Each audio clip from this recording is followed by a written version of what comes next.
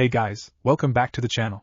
This is a story about what if Naruto becomes the youngest anbu. Before I start, please support for more amazing content, and do consider subscribing to my channel and share this video with your friends. This is written by Blood Hybrid of Darkness 96 and link in description and support writer. Let's start the video. Chapter 1, A Mission Assigned. Are there any objections to the team placements? An elderly man with graying hair and a pipe in his mouth asked to the room full of jounin. A few murmurs of disappointment rang out from those few shinobi who didn't get a genin squad or didn't get the team they wanted, but no one said anything. Very well, you may all go, Sarutobi Hiruzen said as he looked back to the massive piles of paperwork that were always stacked on his desk. The aged Hokage sighed and rubbed the bridge of his nose. Shadow, please come out. Instantly, a form flickered into existence before the man, kneeling with one hand clenched, knuckles on the ground, and the other crossed over the raised knee. Yes, Hokage-sama? The voice, though distorted by the mask, was obviously that of a young male, no older than 10. Take off your mask, you won't need it, the third Hokage said as he shuffled through some papers, mostly requests for a certain blonde to be either exiled or executed. Hokage-sama? The anbu was clearly confused. I said take off your mask?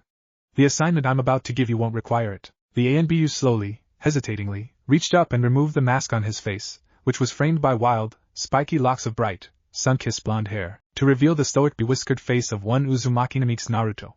His deep cerulean eyes glinted with confusion as he looked at his leader. By day, Naruto was a well-known prankster, and the Jinchuriki of the Kyubi no Kitsune, as well as the most hated member of the village hidden in the leaves, or Konohagakure. But by night, he was one of the most deadly ninja in Fire Country, the Anbu's shadow. Very few people knew that Naruto was already a shinobi, and even fewer knew he was Anbu. Only 3 actually, the third Hokage, Sarutobi Hiruzen, his son Asuma, and the Anbu commander, Dragon. Among the other anbu it was believed that Shadow was some generic child from a clan, who excelled beyond the level of Uchiha Itachi, because his mask had a permanent solid henge that changed his hair color to a generic Konoha brown.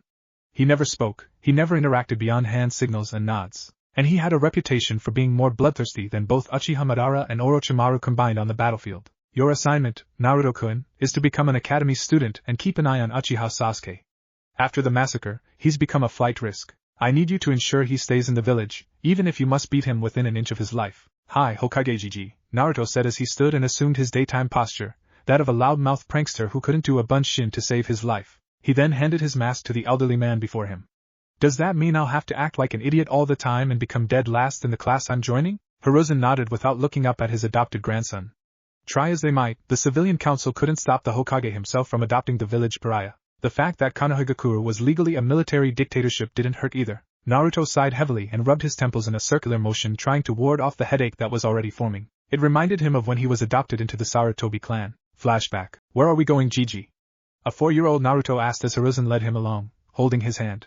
The old man chuckled. We're going home, Naruto-kun. But Gigi, my house is on the other side of town, in the opposite way. Naruto was intelligent for his age, a little slow on the uptake, but intelligent. The fact was the boy could be considered a genius. His pranks always went off perfectly, and usually were so multifaceted that if you saw it coming, you wouldn't see the 4 other parts flying at you, which proved that the boy could do complex math, incorporating physics as well as human reaction in his head. Not to mention he was a natural at psychology and reading people. He once made Ibiki Marino spill his greatest secret with one sentence, but because of his well-known status and his virtually unknown parentage, the civilian council barred him from any kind of schooling, and he was ignored to the point that he almost attempted suicide because he felt so lonely. Not anymore, Naruto-kun.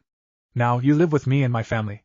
Suspicion flashed in the young child's eyes, and his voice took a steel edge, as sharp as any kunai. Gigi, that's a cruel joke. We both know the council won't let me happy.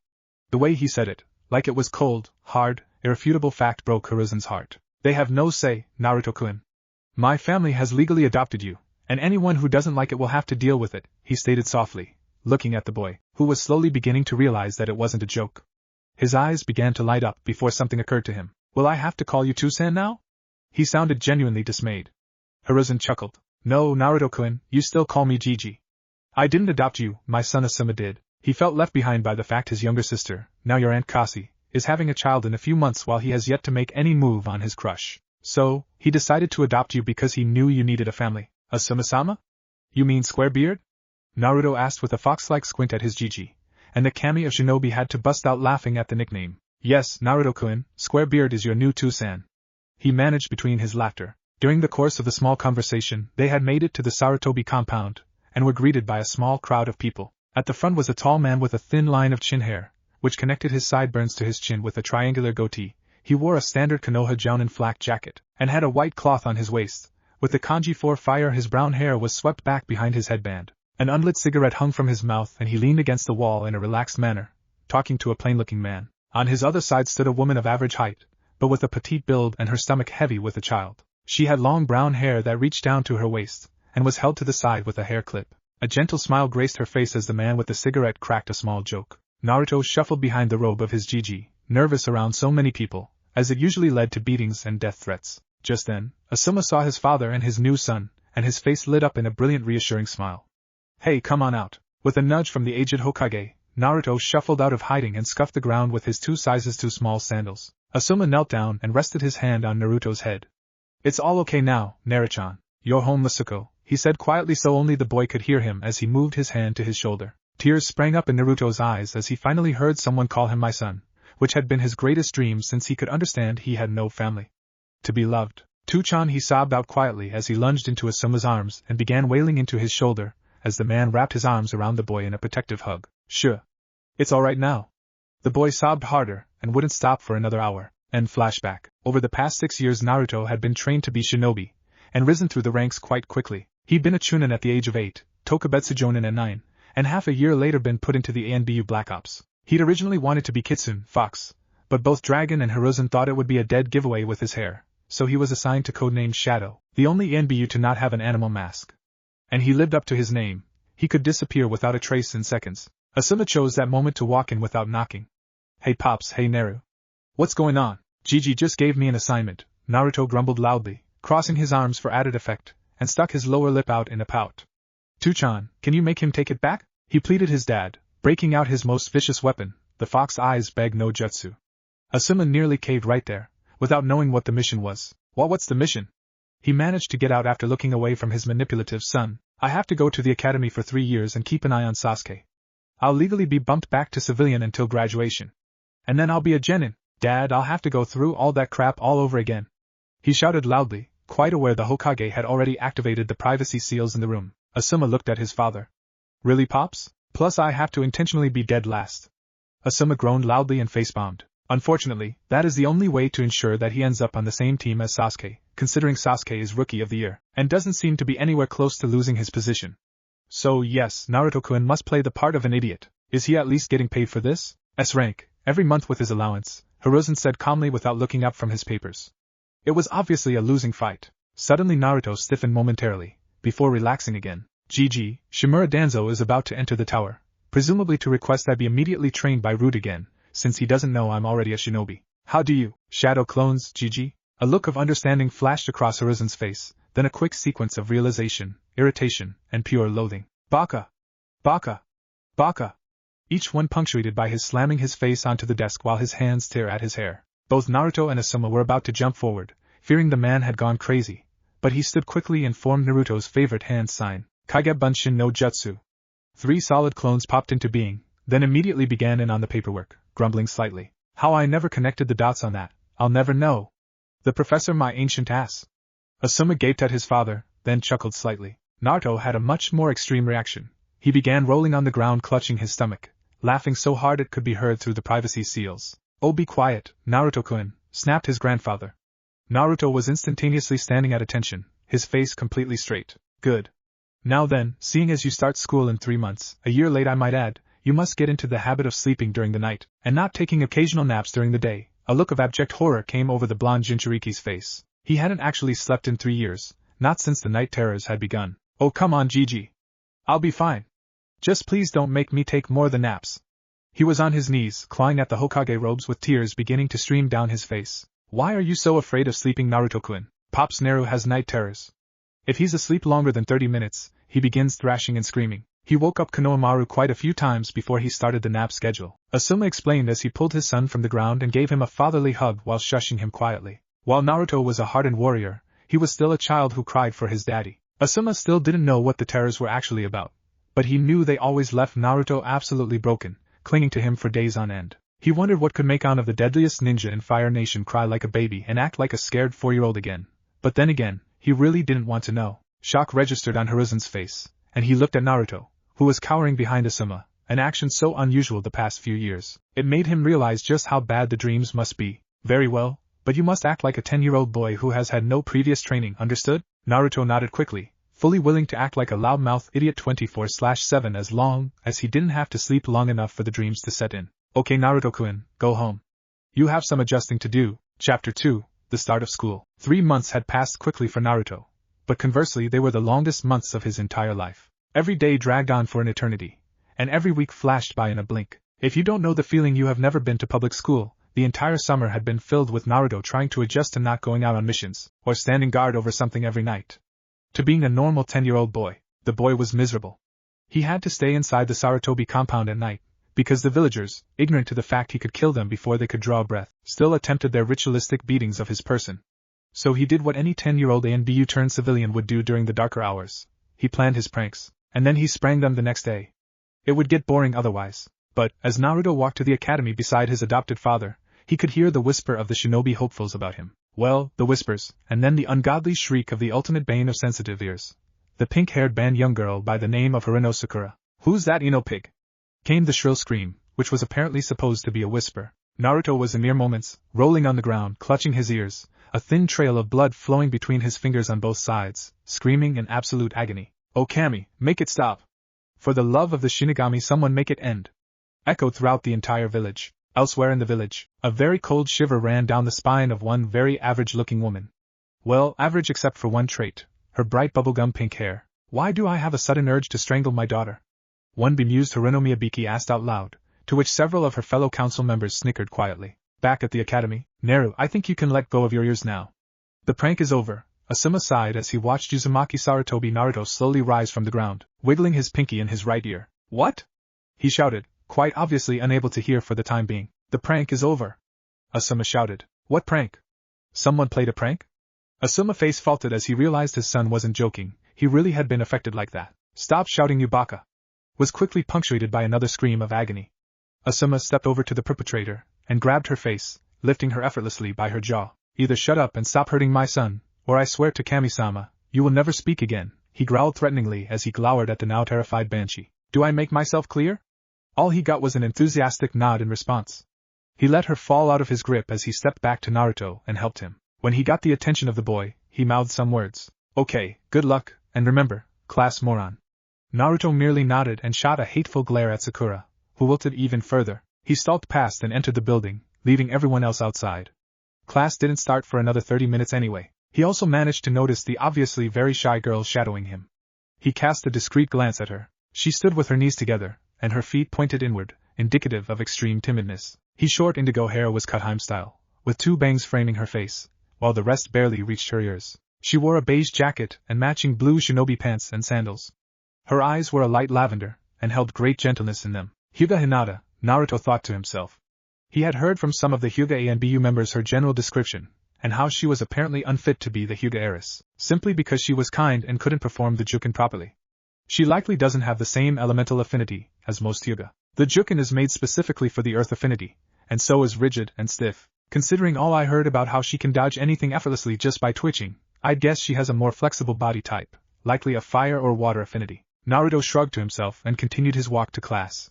He wasn't there to keep an eye on the Hyuga girl, though he might anyway, so she wasn't really his concern. He just made it to class when the bell rang, initiating the massive stampede of students to get to class. He sat down in a corner desk at the back of the room, where he could see everything, just as 2 girls broke through the door, leaning on each other and glaring fiercely. One was that horrible pink-haired monstrosity from outside, but the other was a blonde, like himself. Long, platinum blonde hair tied into a ponytail, light bluish-green eyes, and unhealthily thin.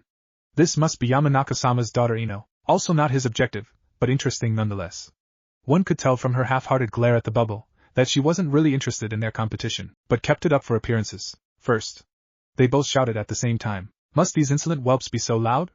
I was taking a nap. Kurama, we both know any spawn of that satanic councilwoman is going to be louder and more annoying than a dog whistle. As for the Yamanaka, she wasn't actually all that loud. Her heart doesn't seem to be in this apparent rivalry. Still, the banshee woke me up, so maybe I could just... No. Kurama, the terrifying Kyubi no Kitsune, grumbled unhappily for a moment, before going quiet. Naruto smirked. Who are you? He was snapped out of his reverie to see a boy about his height, wearing a gray jacket with brown fur around the collar. His short brown hair was messy and wild, and his pupils were slits. This, compounded with his red fawn tattoos on his cheeks, and the small white Nikin poking its head out of his jacket, and the boy could only be an Inuzuka. Naruto immediately fell into his idiot routine and grinned fox-like. I'm Uzumaki Sarutobi Naruto. Nice ta mecha. The Inuzuka's face paled considerably, and his mouth fell open. Sarutobi? As in the Hokage Sarutobi? A few heads turned at this, including the one person Naruto actually knew in this class, the lazy-assed pineapple. Nara Shikamaru. An enthusiastic nod on Naruto's part ensued. Yeah. He's my Gigi. Oh man, what a drag Naruto, when did you start at the academy? Came a lazy drawl, followed by the sound of chips crunching. Shika. I didn't know you were in this class. I started today. Databeo. Naruto suddenly froze at the last. Oh how he hated that verbal tick. Whenever he got excited, which wasn't often nowadays, he would suddenly shout it out, much to the amusement of everyone in the vicinity. He heard from his dad how it was very much like Uzumaki Kushina's Databane, which he found odd, considering they shared a verbal tick and a last name, but he left it alone at the request of his Gigi. Munch munch munch, what was that, Shika? Some kind of catchphrase or something? This was said by a fairly heavy boy who was wearing a green overcoat and a scarf around his neck. He had his hair split by a bandana and was eating out of a bag of chips. Naruto's brow crinkled. A Kimichi Choji as well? Are all the clan heirs in this class? He cast a quick look around and saw the icing on the cake, a fairly tall boy wearing a large overcoat that covered most of his face and body. His sunglasses glinted slightly, and his hair looked a lot like Asuma's. Aburaim Shinite seems the only clan heir our age that isn't here is the Kurama clan heir. Troublesomite's a verbal tick he has. He can't control it. A few huhs of understanding followed from everyone. You're a year late in joining, Naruto. Yeah, Gigi said he wanted me to wait for some reason, was Naruto's reply before the most horrifying sight ever popped into his vision. The Chunin sensei of the class came in, and seeing all the students talking without seeming to be close to stopping, blew his head up to demonic proportions and screamed at them loudly. Shut up, you brats! Sit down now! Naruto shuddered at how effective the technique was. He had heard stories of Yumino Iruka's demon head jutsu, but always thought it was hogwash. Now he obviously had other views. Holy Kamathat might be as terrifying as Gigi's Ki. Now then, class, we have a new student this year. His eyes zeroed in on Naruto, and a minuscule trace of utter loathing appeared in his face, but quickly disappeared, replaced by a professional attitude. Why don't you come up and introduce yourself? Naruto rose, bouncing with excitement, or he appeared to. My name is Uzumaki Sarutobi Naruto Databeo. I like ramen, and my friend Shikamaru. He always gets me thinking. A few eyes wandered to Shikamaru, who just grumbled quietly, and rolled his head in the opposite direction. I don't like when people are mean to others for something beyond their control, and traitors. At this, the Uchiha Scion finally looked up at Naruto, his eyes glinting dangerously, as if to say continue that train of thought, I dare you. A smirk formed on Naruto's face. And I hope to one day take the title of Hokage for myself. Databeo. A snort of laughter from the Inuzuka, and a smaller one from the Uchiha, had Naruto develop a tick mark on his forehead, but before he could say anything, Iruka pushed him in the direction of his seat, admittedly with a little more force than was warranted. Thank you, Naruto. Now class, since this is a class of second years, we'll be diving right into the history of Hai no Kuni. I hope everyone is ready. Naruto almost grimaced. He's acting as though I should know the material that was covered last year. He's good at hiding it, but he sees me as Kurama. Great. Kit, you should pull that prank later today. You don't mean, yes. Oh please? I want to see the look on his face when it happens. Naruto smiled maliciously, causing everyone in the room to suddenly shiver as though the hand of the Shinigami had passed through them. Deciding to ignore it, Iruka kept teaching. After about 5 minutes, Naruto decided that he'd had enough and chose to begin acting like an idiot. Ugh, he groaned loudly. Boring. Iruka-sensei, can't we do something outside? Iruka opened his mouth, presumably to yell at him, but Naruto cut him off. Well, I plan to go outside. Later. He then jumped to the window, opened it, and bolted through it. He heard a few scuffles and sensed people following him. Get back here, you four! Iruka yelled after them. Naruto looked back to see Shikamaru, Choji, and Kiba running right behind him. Kiba laughed loudly, then whooped. Oh man! I like this guy already, troublesome blonde Shika said with a smile. Naruto just laughed. Maybe being a genin again with people his age wouldn't be so bad. Chapter 3. Being watched. Several weeks had passed since the first day of school, and Naruto was falling into the role of class moron better than he had expected. He still kept up with himself when no one was around, so he wouldn't actually be as bad as he seemed, but more and more, he felt comfortable with acting like a child, and he had made quick friends with the Akimichi and the Inuzuka, mainly because Shikamaru acted as a go-between of sorts. He dispelled the initial awkwardness that first day. Flashback first day of the academy about an hour after the escape. 3 of the boys to have made a mad dash for freedom looked at each other apprehensively, not really knowing what to say. A loud sigh from Shika, who had laid back as soon as they stopped moving, caught their attention. Troublesome Naruto, how much do you think you could shovel down in an eating contest? The blonde boy's brow crinkled in confusion. Well, I usually leave Gigi crying for his wallet when he buys food. Choji immediately perked up at this. Ah yes, Naruto thought to himself. The famous Akimichi appetite.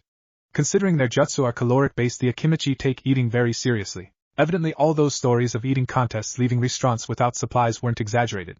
Suddenly, the usual brashness of the Inuzuka reared its head full force. And you want to be Hokage? Ha! I have a better chance than you do. Naruto snapped his eyes to the boy, irritation evident in them. What he had said to the class hadn't been a lie. He did want to be Hokage. Oh yeah? I bet I could beat you in a spar. Naruto shouted loudly. The Inuzuka smirked. You're on. First spar of the class, I'll get Iruka-sensei to pit us against each other. Flashback end. From there, the group had only become close friends. He consistently beat Choji in eating contests, and he usually just came out on top against Kiba, but only in personal spars. In class, or class-related events, he intentionally lost. Today, he was sitting in class, listening to Iruka lecture about how Konohagaku no Sato was founded. After Iruka had all but glued him to his seat, he really had no choice. The man might despise him, but he took his job very seriously. For that, he had Naruto's respect. Naruto flicked his eyes around the classroom, taking in everything with a bored expression. He felt 3 sets of eyes upon him, the Nara heir, the Yamanka heiress, and the Hyuga heiress. Shikamaru, he knew, was analyzing him because of the discrepancies between his actions while alone with friends and those while in class. The Hyuga, he noticed, was casting sidelong glances at him, then blushing. So he had an admirer. He would have to let her down gently, as he knew her father would never let her be with him. Haishi's reason for this was much more sensible than the villagers'. Naruto's reputation as a notorious prankster cast him in a bad light, and relations with someone who showed no signs of remorse for being a delinquent would look bad for the Hyuga as a whole. He never seemed to look at Naruto with disdain for the Kyuubi when they crossed paths, he merely seemed wary of the boy's pranks. The Yamanaka girl was harder to get a read on, though. She seemed utterly devoid of emotion when gazing at him, as though analyzing him, but at the same time, whenever he looked at her, she looked away quickly, unlike Shika, who kept his gaze steady, as though fearful of being caught staring at a boy other than her crush. He looked at her out of the corner of his eye, and saw her frowning slightly while looking at him, and nudging the bubblegum girl, whom he had learned was named Sakura, with a few whispered words.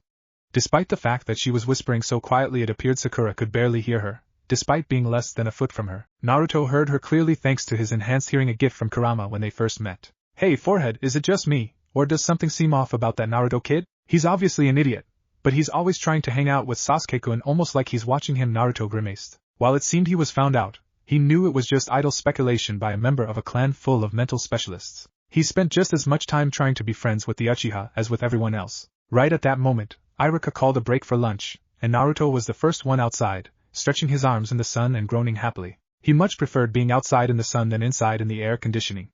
Kiba soon followed him, along with Choji, who was dragging Shikamaru. The rest of the class trickled out slowly. He turned to the door and saw Sakura step out.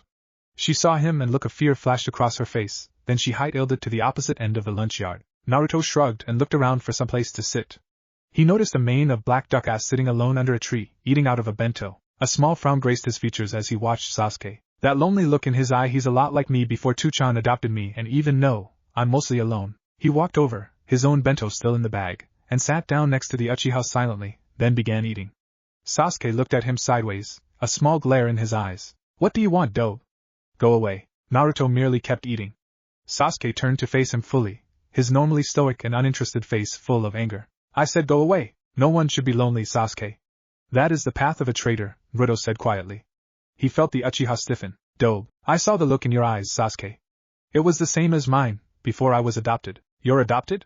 For once, the face of the last Uchiha showed something other than boredom or contempt. Naruto nodded. I suppose you have it slightly worse off on that front, seeing as I never knew my parents in the first place, whereas you had love for the first part of your life. All I have ever known was loneliness and the contempt of the villagers, who either refused to acknowledge me, or beat me up. But when Tuchan adopted me, I finally had someone who cared about me. I shudder to think what would have happened if that hadn't happened. I don't want to see you go down that road either. Sasuke remained quiet for a moment, before a small genuine smile graced his lips. I suppose it wouldn't be too bad to have one friend. As long as it's not one of those fangirls, he finally said with a small shudder. Naruto chuckled. No worries, I won't swoon over you. You're not my type. Sasuke smirked at the joke, then turned and kept eating. Naruto finished his lunch as well. As they rose to return to class, Naruto could feel the glares of every girl but one directed at his back as he walked and joked with the Uchiha. who surprisingly had a personality.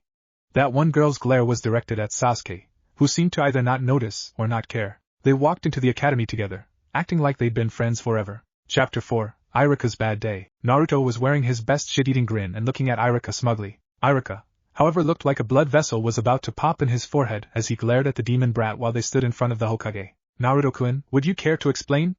Hiruzen looked like he was barely restraining his laughter. I finally convinced Sasuke to join me in setting off a prank, and he suggested this.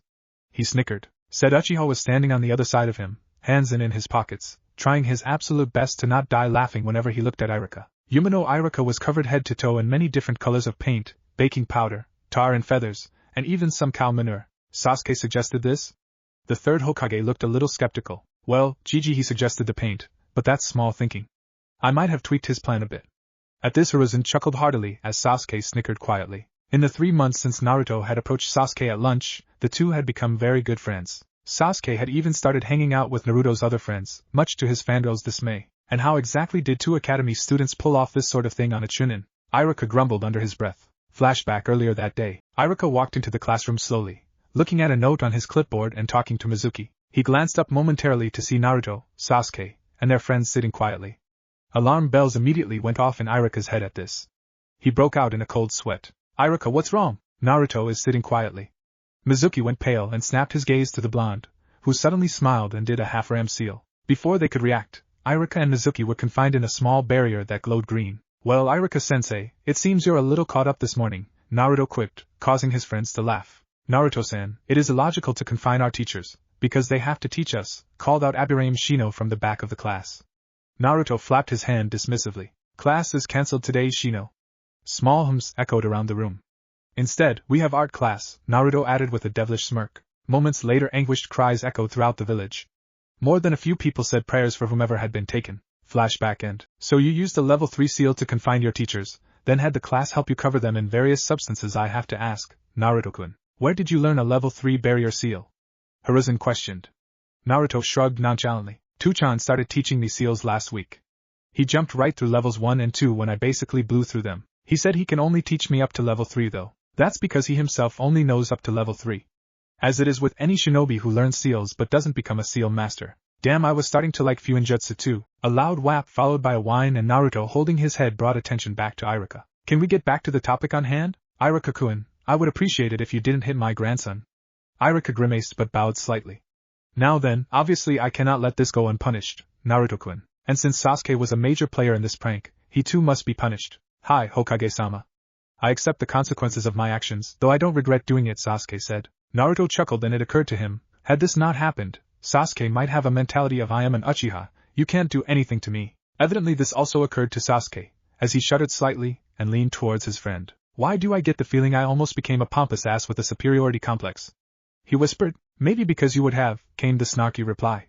Both boys shuddered slightly. Now then, as punishment, you two must spend the remainder of the day with Iruka-kun, and help him in whatever way he needs, within reason, he said pointedly to Iruka, who had almost immediately begun formulating ways to get Naruto injured. He then sighed dejectedly. 3 small salutes and cries of yes, Hokage-sama/GG, followed before they all turned to leave. Naruto-kun, please stay a moment longer.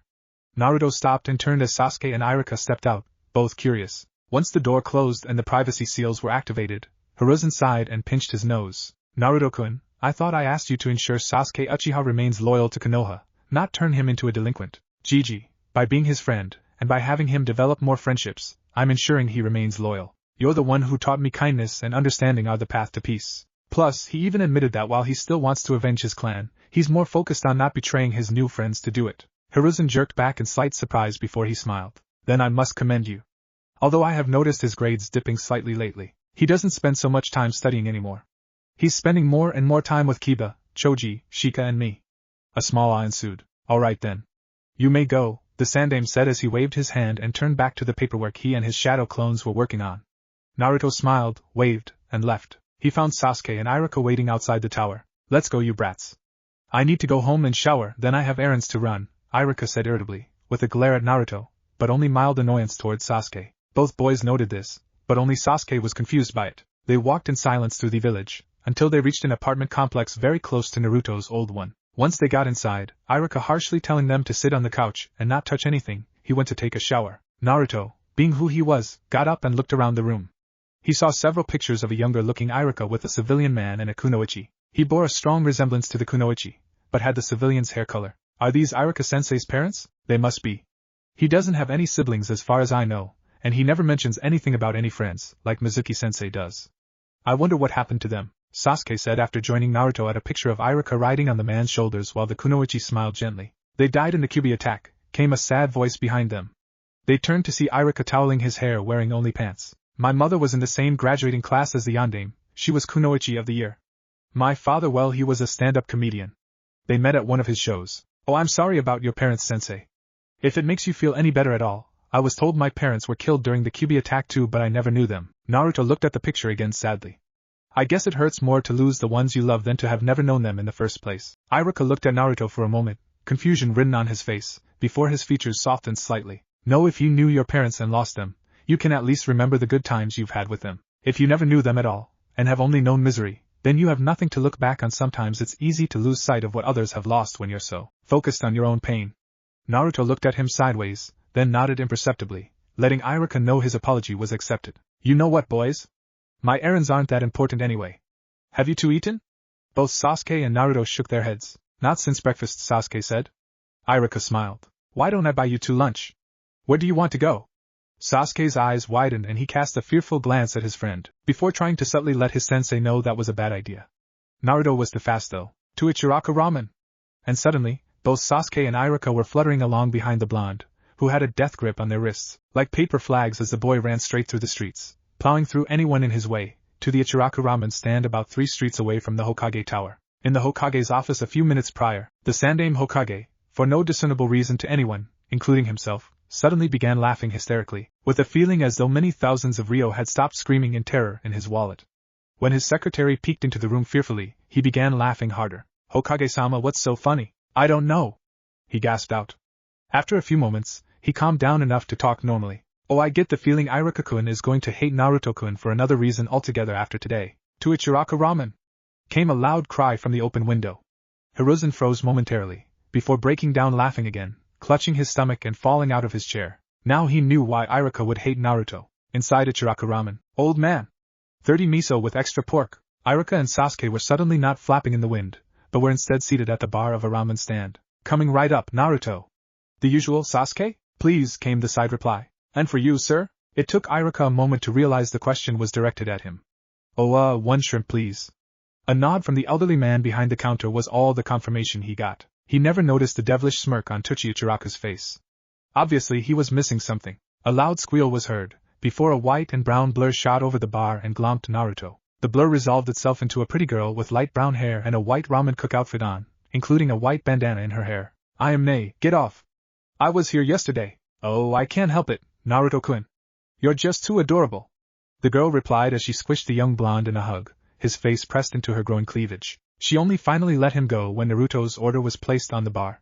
Iruka paled at the sight and felt his wallet cry out in terror and grow considerably lighter. He was even more horrified when Naruto began tearing into the ramen at a pace that made the hydration seem slow, as though he had not just been nearly suffocated. Sasuke, by comparison, was calmly eating his 1 pork ramen. Iruka barely registered beginning his own food as he watched Naruto finish the final bowl and order 30 beef ramen with extra chicken. How the hell can you eat so much ramen? Iruka asked fearfully. Naruto was too busy scarfing down his food to answer. Naruto is a ramen addict. Much like Mitarashi Anko is a dango addict, Sasuke said calmly, finishing his bowl. Iruka, who had been teamed up with Anko when she was a Chunin, nearly fainted. He'd had to pitch in for a team meal after that mission, and Anko had eaten so much dango, the store had run out. Naruto, slow down. You know what happened last time. And I'm pretty sure you don't want a repeat of the great ramen shortage as your Two-san called it, Sasuke said to Naruto, who had just finished his last bowl. Meh, I'll be fine. I'm stopping for today anyway. Oba-chan would strangle me if I ruined my appetite before dinner tonight. I might love ramen more than life itself, but I do no moderation, Sasuke. A small smirk of laughter came from the raven-haired boy. Iruka sighed and turned to the bar, about to ask for some sort of discount or something, only to be presented with the bill by a smiling Ayam. He took one glance at it, before going white and falling over, clutching his chest. Naruto and Sasuke looked on in mild amusement. Just wait until when you don't stop yourself, Sasuke said with a straight face. I'll bring the popcorn, Naruto responded. Ayam and Tochi laughed heartily as Iruka slowly, never leaving the ground, reached into his wallet and pulled out the money to pay the bill. It was gone before he got it above the counter, being counted by IM. His hand flopped back down to his stomach. His eyes were swirls, his skin was whiter than a sheet, and it looked as though his heart had stopped beating. Naruto leaned over him with a foxy grin plastered on his face. See you tomorrow in class, Iruka-sensei. Then, he and Sasuke bolted from the stand, running full out, laughing hysterically. Iruka shot up, rage on his face, and he blasted after them. Get back here, you brats! Chapter 5, A Secret Among Friends. Naruto was inside the training hall of the Sarutobi compound, going through some katas with his tanto. He might be a civilian, but he was still an ANBU-level ninja. If he let himself fall complacent, then he would grow weaker, and get killed in the field. That would be counterproductive to his purposes. So, he trained. He fluidly shifted from one stance to the next, his eyes closed, as he learned to manipulate his nature chakra to tell him his surroundings. Having a strong wind affinity had advantages, one being that he could vibrate the air around him to act as a sort of echolocation. For this reason, he noticed when the door slid open and a small group of people entered. He froze in shock and snapped his eyes open. Sasuke, Choji, Kiba, Shikamaru, and Iruka were in the training room, looking at him with confusion as he held his tanto horizontally. Naruto began to sweat lightly from the nerves. Naruto, why do you have a tanto? Iruka asked. Naruto stayed mute, having not expected this visit, considering what day it was. October 10th, Naruto's birthday. He always stayed in on this day, or went on a mission, because if he went out in public, people started to riot. The Kyuubi festival always ensured people were drunk, and drunks tended to be more violent with what they perceived as the Kyuubi reincarnated. It was a gift from Gigi a few years ago. It wasn't a lie, just not the whole truth. Shikamaru looked skeptical, Choji nodded, Iruka frowned slightly, Kiba cocked his head, Akamaru did the same, and Sasuke crossed his arms. Sasuke finally said something. Happy birthday, Naruto. Naruto, who had turned around to put away his tanto, froze. He heard a few steps, and a small smack, then a grunt formed Sasuke. Sasuke, Iruka said to the boy. I thought we weren't going to breach the subject. Hokage-sama told us it was a sensitive subject for him, HN. I felt he needed to hear it. He's my best friend, sensei. I'm not going to ignore his birthday. Naruto started shaking slightly, and he felt Sasuke walk up behind him and place a hand on his shoulder. Naruto, happy birthday. I couldn't get you much, but here you go. Sasuke's hand came around the side to reveal a limited edition ramen cup with a bow on it. Naruto felt tears sliding silently down his cheeks as he shakily took the gift, the first he had ever gotten on his birthday. He never told Asuma his birthday, and the Hokage was always busy. Thank you, he whispered. Sasuke patted his arm softly. Why don't you put your stuff away and we can hang out? Naruto nodded and did just that. While he was out of the dojo, he wiped his eyes free of tears. When he returned he found Asuma standing with his friends, looking stern. Naru, why didn't you ever tell me what your birthday was? I didn't think it was a big deal. The most I've ever gotten for my birthday was beatings. Well, right before you adopted me, I did get this anonymously, he said as he pulled out his renowned gamachan. His toad-themed wallet was about half full of Ryo. Iruka quickly turned the subject back to his original question. Naruto, why do you have a tanto? You handle it too well for an academy student with no previous training. Asuma and Naruto both started sweating, seeing Iruka's no-nonsense look. A look shot between them, and they seemed to hold a silent conversation. After several moments, Naruto sighed dejectedly. The Hokage chose that moment to walk in smiling. It quickly fell from his face. What's wrong, Naruto-kun? Gigi, he pointed at his friends and sensei, got in while I was training. They saw my tanto. The Hokage sighed explosively and pinched the bridge of his nose. Go get it. No point in hiding it now, from them at least. A quick salute, and a shunshin later had Naruto reappear in the dojo with a mask in his hand. His friends were amazed that he could do the shunshin no jutsu, while Iruka was sweating at the implications of the pattern of the mask he saw in Naruto's hand. His fears were confirmed when Naruto donned the mask, and his hair changed from bright golden blonde to a more average brown color akin to Kiba's. The mask itself had black swirls on a white background, spreading from the right side to the left. The mask was almost completely flat, and showed no design other than the swirls. Shadow-san, Iruka said just loud enough to be heard. Naruto nodded and touched a tattoo on his shoulder, instantly wearing his old ANBU uniform, his second tanto strapped to his shoulder. Iruka quickly thought of all the times he had tried to be mean and vicious to Naruto, and gulped audibly. He paled and sat down, near to hyperventilating. Shadow, Shika said thoughtfully. My dad mentioned a shadow outside of our clan jutsu. I think he said something about an ANBU. He snapped his gaze to Shadow, along with the other boys. Sasuke's mouth dropped open in shock, and Choji dropped his bag of chips. Naruto dipped his head slightly and stood at a parade rest, his legs shoulder-width apart, and his hands clasped right above his butt. Naruto-kun, I think that will be fine. You can remove the mask now. Shadow nodded and reached up, removing his mask and placing it on his hair, which had changed back to its bright yellow color. I was an ANBU Black Ops member before Gigi sent me to the academy. He felt I needed to take a break from the life of a shinobi, and socialize with kids my own age. A straight-up lie. But if Sasuke knew that their friendship had been based on a mission, he might turn against the village. So I was officially demoted to academy student and told to tell no one. Iruka curled into the fetal position and rocked back and forth, sucking his thumb. Shikamaru rubbed his head, obviously finally figuring out why the blonde seemed better at shinobi skills when outside of class. Kiba face faulted and groaned loudly. Choji simply shrugged and kept eating. Sasuke looked lost for a few moments, then apparently decided something, and he smirked. Looks like I have a lot of catching up to do, huh Naruto? Naruto merely nodded and smiled. That you do, Sasuke. And Iruka-sensei, the Chunin looked up from his breakdown and focused on the boy. I would appreciate if you graded me on how I performed during class, not on what you know. I chose to be the dead last so people wouldn't really focus on me, seeing me as not a threat. Iruka nodded dumbly, then went back to his rocking. Naruto touched his anbu tattoo again, changing back to his outfit of a gray zip-up hoodie, dark orange shorts, and a pair of blue shinobi sandals. Then he handed the mask to Hiruzen, who stowed it away. Now that you all know that little bit, I must ask you to keep it a secret. It was not common knowledge that Naruto-kun was even a shinobi, let alone an anbu. The boys nodded, Shika a bit sourly, and Iruka made an affirming whimper. So, this whole time, you were closer to being Hokage than I would even hope to be for the next 8 years? Kiba asked sullenly. Naruto chuckled and nodded. Kiba cried anime tears while Akamaru barked in laughter. Why don't we go get Naru some cake and ramen for his birthday? Asuma piped up. Everyone quickly nodded, Iruka coming out of his near catatonic state. Naruto's eyes widened before he shuffled his feet and looked at the ground. That might not be a good idea. Why not? Sasuke asked. The villagers don't really like me so they get mad if I come out during the Kyuubi festival. Naru, I doubt they'll do anything with the Hokage, and an elite Jounin, along with a Chunin, and their beloved Uchiha-sama accompanying you, Asuma said with a chuckle. Sasuke frowned, but even he couldn't deny that's what he was viewed as. Little by little, the group managed to coax Naruto out of the compound, with promises of massive amounts of ramen, threats of grounding, and pleas of friendship. As soon as he was outside the walls, he bolted for the Ichiraku stand, taking the rooftops to avoid the villagers. When he got there, he sat in the corner least visible, and waited for the rest of the group, most of whom were smiling in amusement, or frowning in concern when they walked in. Naruto ordered a mere 2 bowls of shrimp with miso, shocking everyone. Naruto, what's wrong? You aren't hungry? Tochi sounded genuinely concerned. Naruto mumbled something into his bowl, before Ayam bopped him on the head with a ladle. Birthday boy, stop being gloomy and eat your ramen. If you don't, you get no cake. Naruto's eyes shot up to see her smiling and holding out more ramen. He smiled softly. The ramen was gone in moments. Chapter 6, A Minor Hitch. Naruto yawned loudly as his head drooped from his hand, jolting him awake momentarily. Mizuki is even more boring in lectures than Iruka-sensei. Iruka had fallen ill the past few days, so Mizuki, the whitish blue-haired Chunin assistant teacher, had been filling in. But he proved so boring, even the most studious of pupils had started to nod off. The entire class was currently either completely asleep, or on the way there. Mizuki didn't notice because he was facing the blackboard, practically doodling because his writing was so terrible. There's still 2.5 hours before class is released.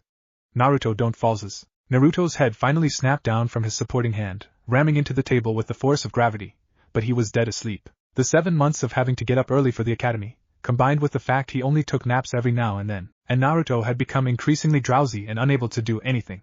He snoozed peacefully, with Sasuke drooping off, but doing his best to stay awake, right next to him. Even the ever-logical Shino, who had never once disrupted class or fallen asleep, was snoring gently, his hive buzzing in time with his exhales. The silence was broken after 30 minutes, when Naruto entered REM sleep, his mind going into overdrive in his dreams. And oh! Ack! Stay away from me!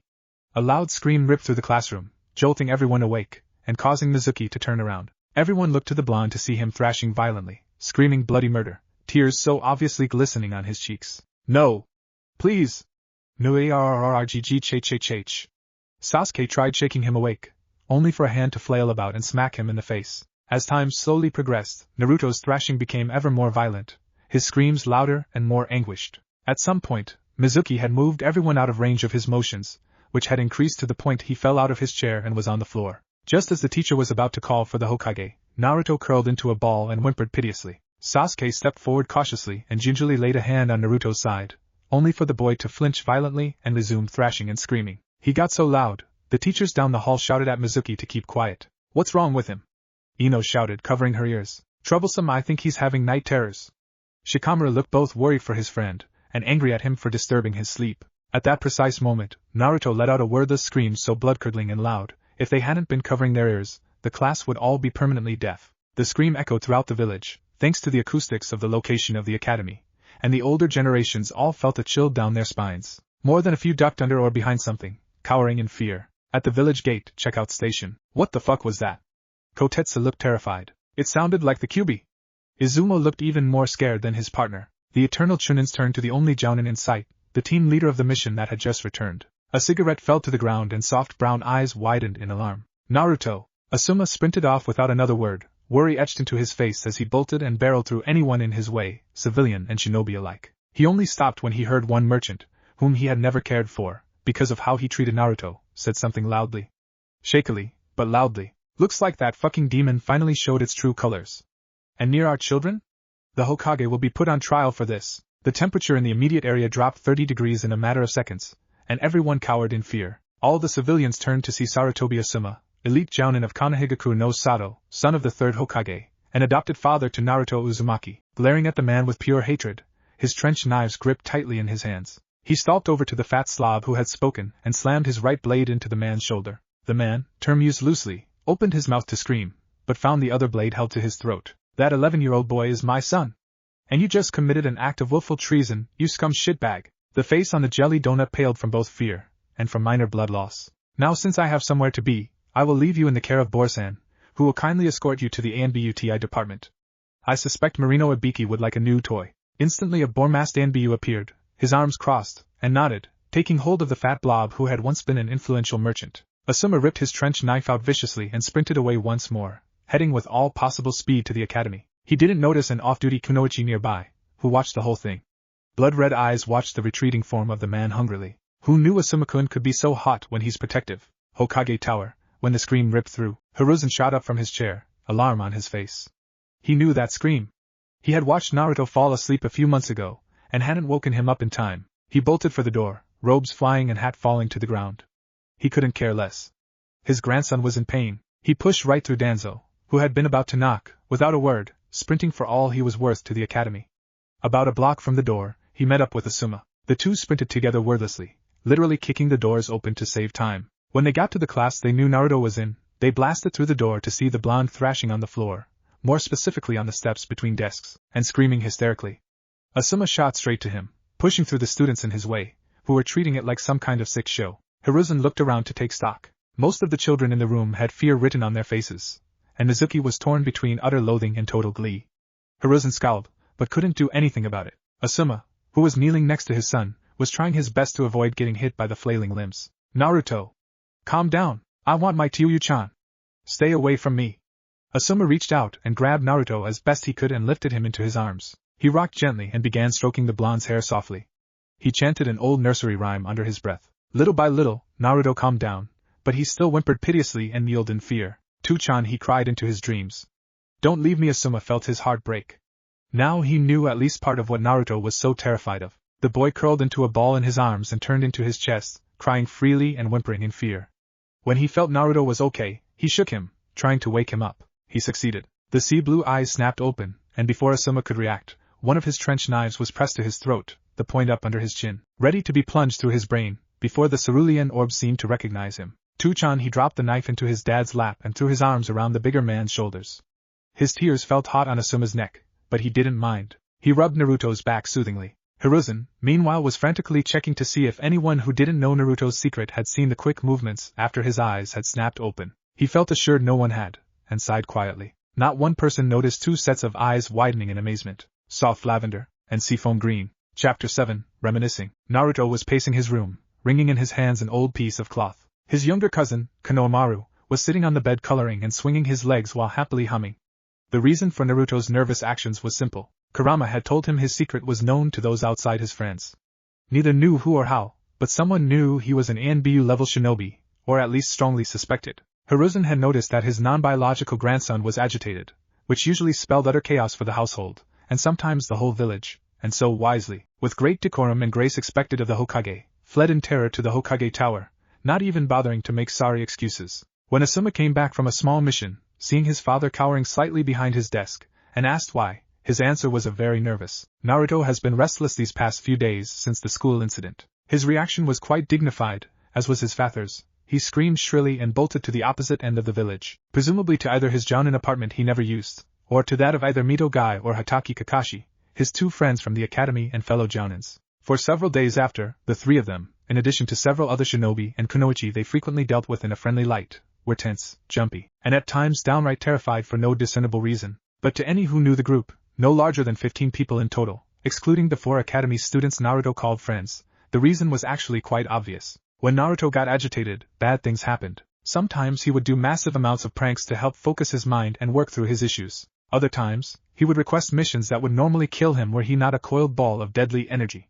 But when he paced, it meant something worse was happening. Much worse. Pacing meant his issues were so big he couldn't vent the energy necessary, and usually led to him being volatile, snappish, and very, very cruel. Also, he tended to leak the Kyuubi's chakra, but who cares about that? The only person who was totally safe from his violent nature at these times was Konohamaru, his beloved cousin, as close as a brother as he could find. He even scared Asuma, who usually was very relaxed but stern. Kit, stop pacing.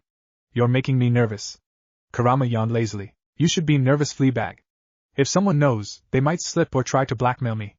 If it gets out, I'll be crucified. Naruto snarled in his mind. He felt Kurama wilp, both cowed and a little scared. He didn't want to die after all. Just relax a moment, Kit. Breathe, calm down, and think of something else for a little bit. The instructions were familiar to Naruto. Whenever he began to lose his temper, or be bothered by something, Kurama would tell him this and help him meditate. His mind fell immediately to the day he met the demon fox. The day he became an anbu. Flashback. Naruto was bouncing excitedly on his heels as he stood before the Kami no Shinobi. Sarutobi Hiruzen was smiling slightly as he looked at the 4 young people before him. 2 shinobi and 2 kunoichi were standing before their leader. All showed remarkable skills in their respective fields, with the blonde being what was called a utility ninja, meaning he could fill almost any role he was needed in. From the far right, by Hiruzen's view, stood a ponytailed raven-haired genjutsu master, his stoic face showing near to no emotion. A redhead with her hair down in a short bob around her ears was next, her body decked in different weapons and storage scrolls. Her eyes gleamed with minor mischief. Next was a young woman with long brown hair, in a low, short ponytail and with red triangles on her face. Utter despair was etched into her being, evidence to any who knew her clan that she had lost her partner. Her fingers idly twitched through various half-seals. Finally stood the blonde, a full head shorter than the rest. Congratulations, you 4. You show unique promise, and so have been recruited into the ANBU Black Ops. 4 small bows interrupted him, but he didn't mind. He reached back onto the desk and lifted the first mask.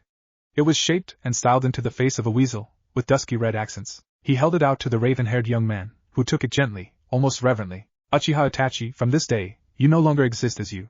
From now you are Weasel, the slippery one, able to distract his foe and leave without hindrance. Itachi bowed low and donned the mask, falling into the ANBU crouch.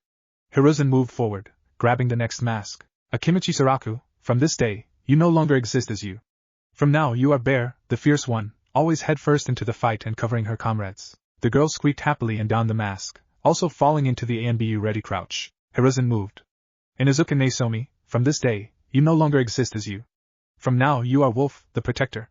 Always watching the night for danger, and always alert. Nesomi grunted and donned the mask, falling listlessly to the crouch as the other 2 had done. She had never fully recovered from the pain of losing her Niken 3 years ago, and it showed. Hiruzen hesitated a moment before he stepped in front of a grinning Naruto. Uzumaki Naruto.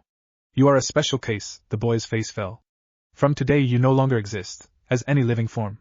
Itachi made a confused sound and Naruto looked puzzled. From now you are Shadow, the Death. Always unseen, never heard, and untraceable. You are the first and only ANBU to not be alive, and we hope to see you prosper in your name. He held out the final mask, which was almost totally black. The background was white, but was overlaid with black swirls and shapes, shadows, and was completely flat. When he placed the mask on his face, feeling the seal adhere to his flesh until he desired it removed, he heard Weasel and Bear gasp. When he shot them questioning glances, Weasel pointed at his hair. Hiruzen held up a small hand mirror. Shadow's hair was no longer sun-blonde. It was now a muted brown, similar to Wolf's. But it caught his attention because it surprised Weasel, who was a genjutsu expert. Hokage-sama, if I may? A nod. This is not a genjutsu, is it? No, came a distorted voice, and out of the darkness stepped Ryu, Dragon, the ANBU commander and second most powerful shinobi in Konohagakure. All 4 of the newly minted ANBU snapped to salute as he continued. We took the idea of your solid hinge, Shadow, and applied it to your mask. Your hair really changes while you have it on. But why? Came the question, which earned the boy a sharp elbow in the ribs from Wolf. Wolf, it's okay, Ryu said with a smirk in his voice. If you just took everything at face value and questioned nothing, you wouldn't be ANBU. I prefer if you get all the knowledge you can to just rolling with it. Shadow, Hokage-sama felt that with your unique hair, your identity would be found out the instant you were seen. But what about Nico-senpai? And Ina-senpai? They have unusual hair as well. Indeed, Ryu chuckled. And they had the same thing done when they first joined the Black Ops. Over time, enemies dispelled the genjutsu we had at that time, and we have been unable to restore it. Shadow nodded in acceptance, but resolved to ask Inu, who he knew was Kakashi, his Two-Sans friend, about it. Now, said the Hokage cheerily, dropping the privacy seals with a clap, you four are a squad and will be working with each other extensively. Your first mission is an S-rank hunt and kill. We have A-rank shinobi somewhere in Hai no Kuni. Find and kill them, then bring in their heads. I trust you are all packed already? All four anbu held out storage scrolls and said, simultaneously, Hi, Hokage-sama. Then go. At that, the four shunshined away and met at the front gate. So who's squad leader? Asked Wolf. Inu-senpai, Shadow answered immediately. The three others jerked back and looked at him. Why? Because he's a man? Bear almost shouted. No, Shadow said curtly. Because he's the most level-headed and the least likely to have us rush off half-cocked with some pitiful plan like hit them really hard, really fast. In addition, he knows our capabilities best, as he was on a genin squad with you two and Chunin with me. You two only know me by reputation. He actually knows me. With all of that together, Weasel is best suited to being squad leader. The others were silent a moment, before Weasel chuckled. With that logic, Shadow, I have no choice but to accept. But my one condition is that you are second in command, seeing as despite your exuberance you house a keen mind and logical thinking, even if your temper flares often. Shadow nodded. Now Weasel continued, growing somber once more, Shadow, create about 10 Kage Bunshins and set them out to scout the countryside. We four will scout to the north and wait for one to dispel, or for us to find them ourselves. Instantly, with no seals, 10 more shadows poofed into existence, and disappeared in a blink. Bear and Wolf were taken aback at how quickly Shadow's shadow clones could disappear without a trace, and the implications of Kage Bunshins being several degrees slower and weaker than the original. They felt shivers flow down their spines at how easily Shadow followed his directive to thrive in himself. Without another word, the group departed through the gates and set off north, allowing Wolf, with her heightened sense of smell, to lead. They traveled for several hours, before Weasel called a break. He set Shadow, the major stamina freak, to be on guard, seeing as he wasn't even winded. 5 shadows popped into being and disappeared, setting up a perimeter. The group semi-relaxed, being ready in an instant if need be, and began talking amongst themselves, getting to know each other. So, Shadow, Bear began. You seem pretty silent for your public reputation. True shinobi mislead even their comrades, for if you can fool friends, what chance have enemies? Before anyone said anything more, Shadow stiffened considerably, then vanished from view instantaneously. A moment later, he reappeared with a bloody lump dressed vaguely like a Kirin. But the slash through the headband belied the affiliation. A nuke Nin had almost gotten the drop on them. But almost wasn't good enough. You'll have to do much better than that to get the drop on us, Wolf growled threateningly with an aggressive step forward. The female nuke Nin snickered mirthlessly and rose unsteadily. A squad of Konoha ANBU scum Shadow grumbled and stepped forward. You can drop the hench, moron. It's obvious you're IWA. Kiri don't call Konoha scum, just lesser. The nuke Nin dropped the hench with a pop, and there stood an IWA Kunoichi with no scratch. And when will you drop the grudge over the war? Lord Forth did what he had to, just as you did by following orders and attacking us in the first place. The Kunoichi snarled. That blonde monster slaughtered retreating people. He was absolute trash. Shadow stiffened considerably, and Weasel backed away nervously. And what would you have done in his place? Came the barely audible whisper, before Shadow darted forward and began literally tearing the IWA Kunoichi apart. His teammates watched in horror as the woman screamed in agony while her limbs were ripped from their sockets by bare hands, and her entrails were tugged from her gut while she was still awake and able to feel it. As she lay there, bleeding out and crying, Shadow leaned over her and whispered menacingly, Say what you will about me, but insult my comrades, you die. Insult my hero, you die painfully. Now, before you die, tell me how many of your comrades are left, and how many are worth my attention. Fuck you, she gasped as her eyes lolled and her head fell, a wet gurgle escaping her mouth. Shadow stood and turned to face his team, who were all staring at him in abject horror. Even Weasel was terrified, being a pacifist at heart, but he couldn't deny that Shadow was efficient, even if he could stand to be less cruel and ruthless. It almost reminded him of the Fourth when he got angry. Coupled with Shadow's mother's temper, and Weasel was now genuinely frightened of his second-in-command. We should move out, Shadow said calmly, all trace of rage gone. Before anyone said anything, several kunai shot out and made Wolf into a pincushion. Shadow immediately screamed out to her, then his vision went red. Yes, Kit. That's right. Use my power, feel your anger.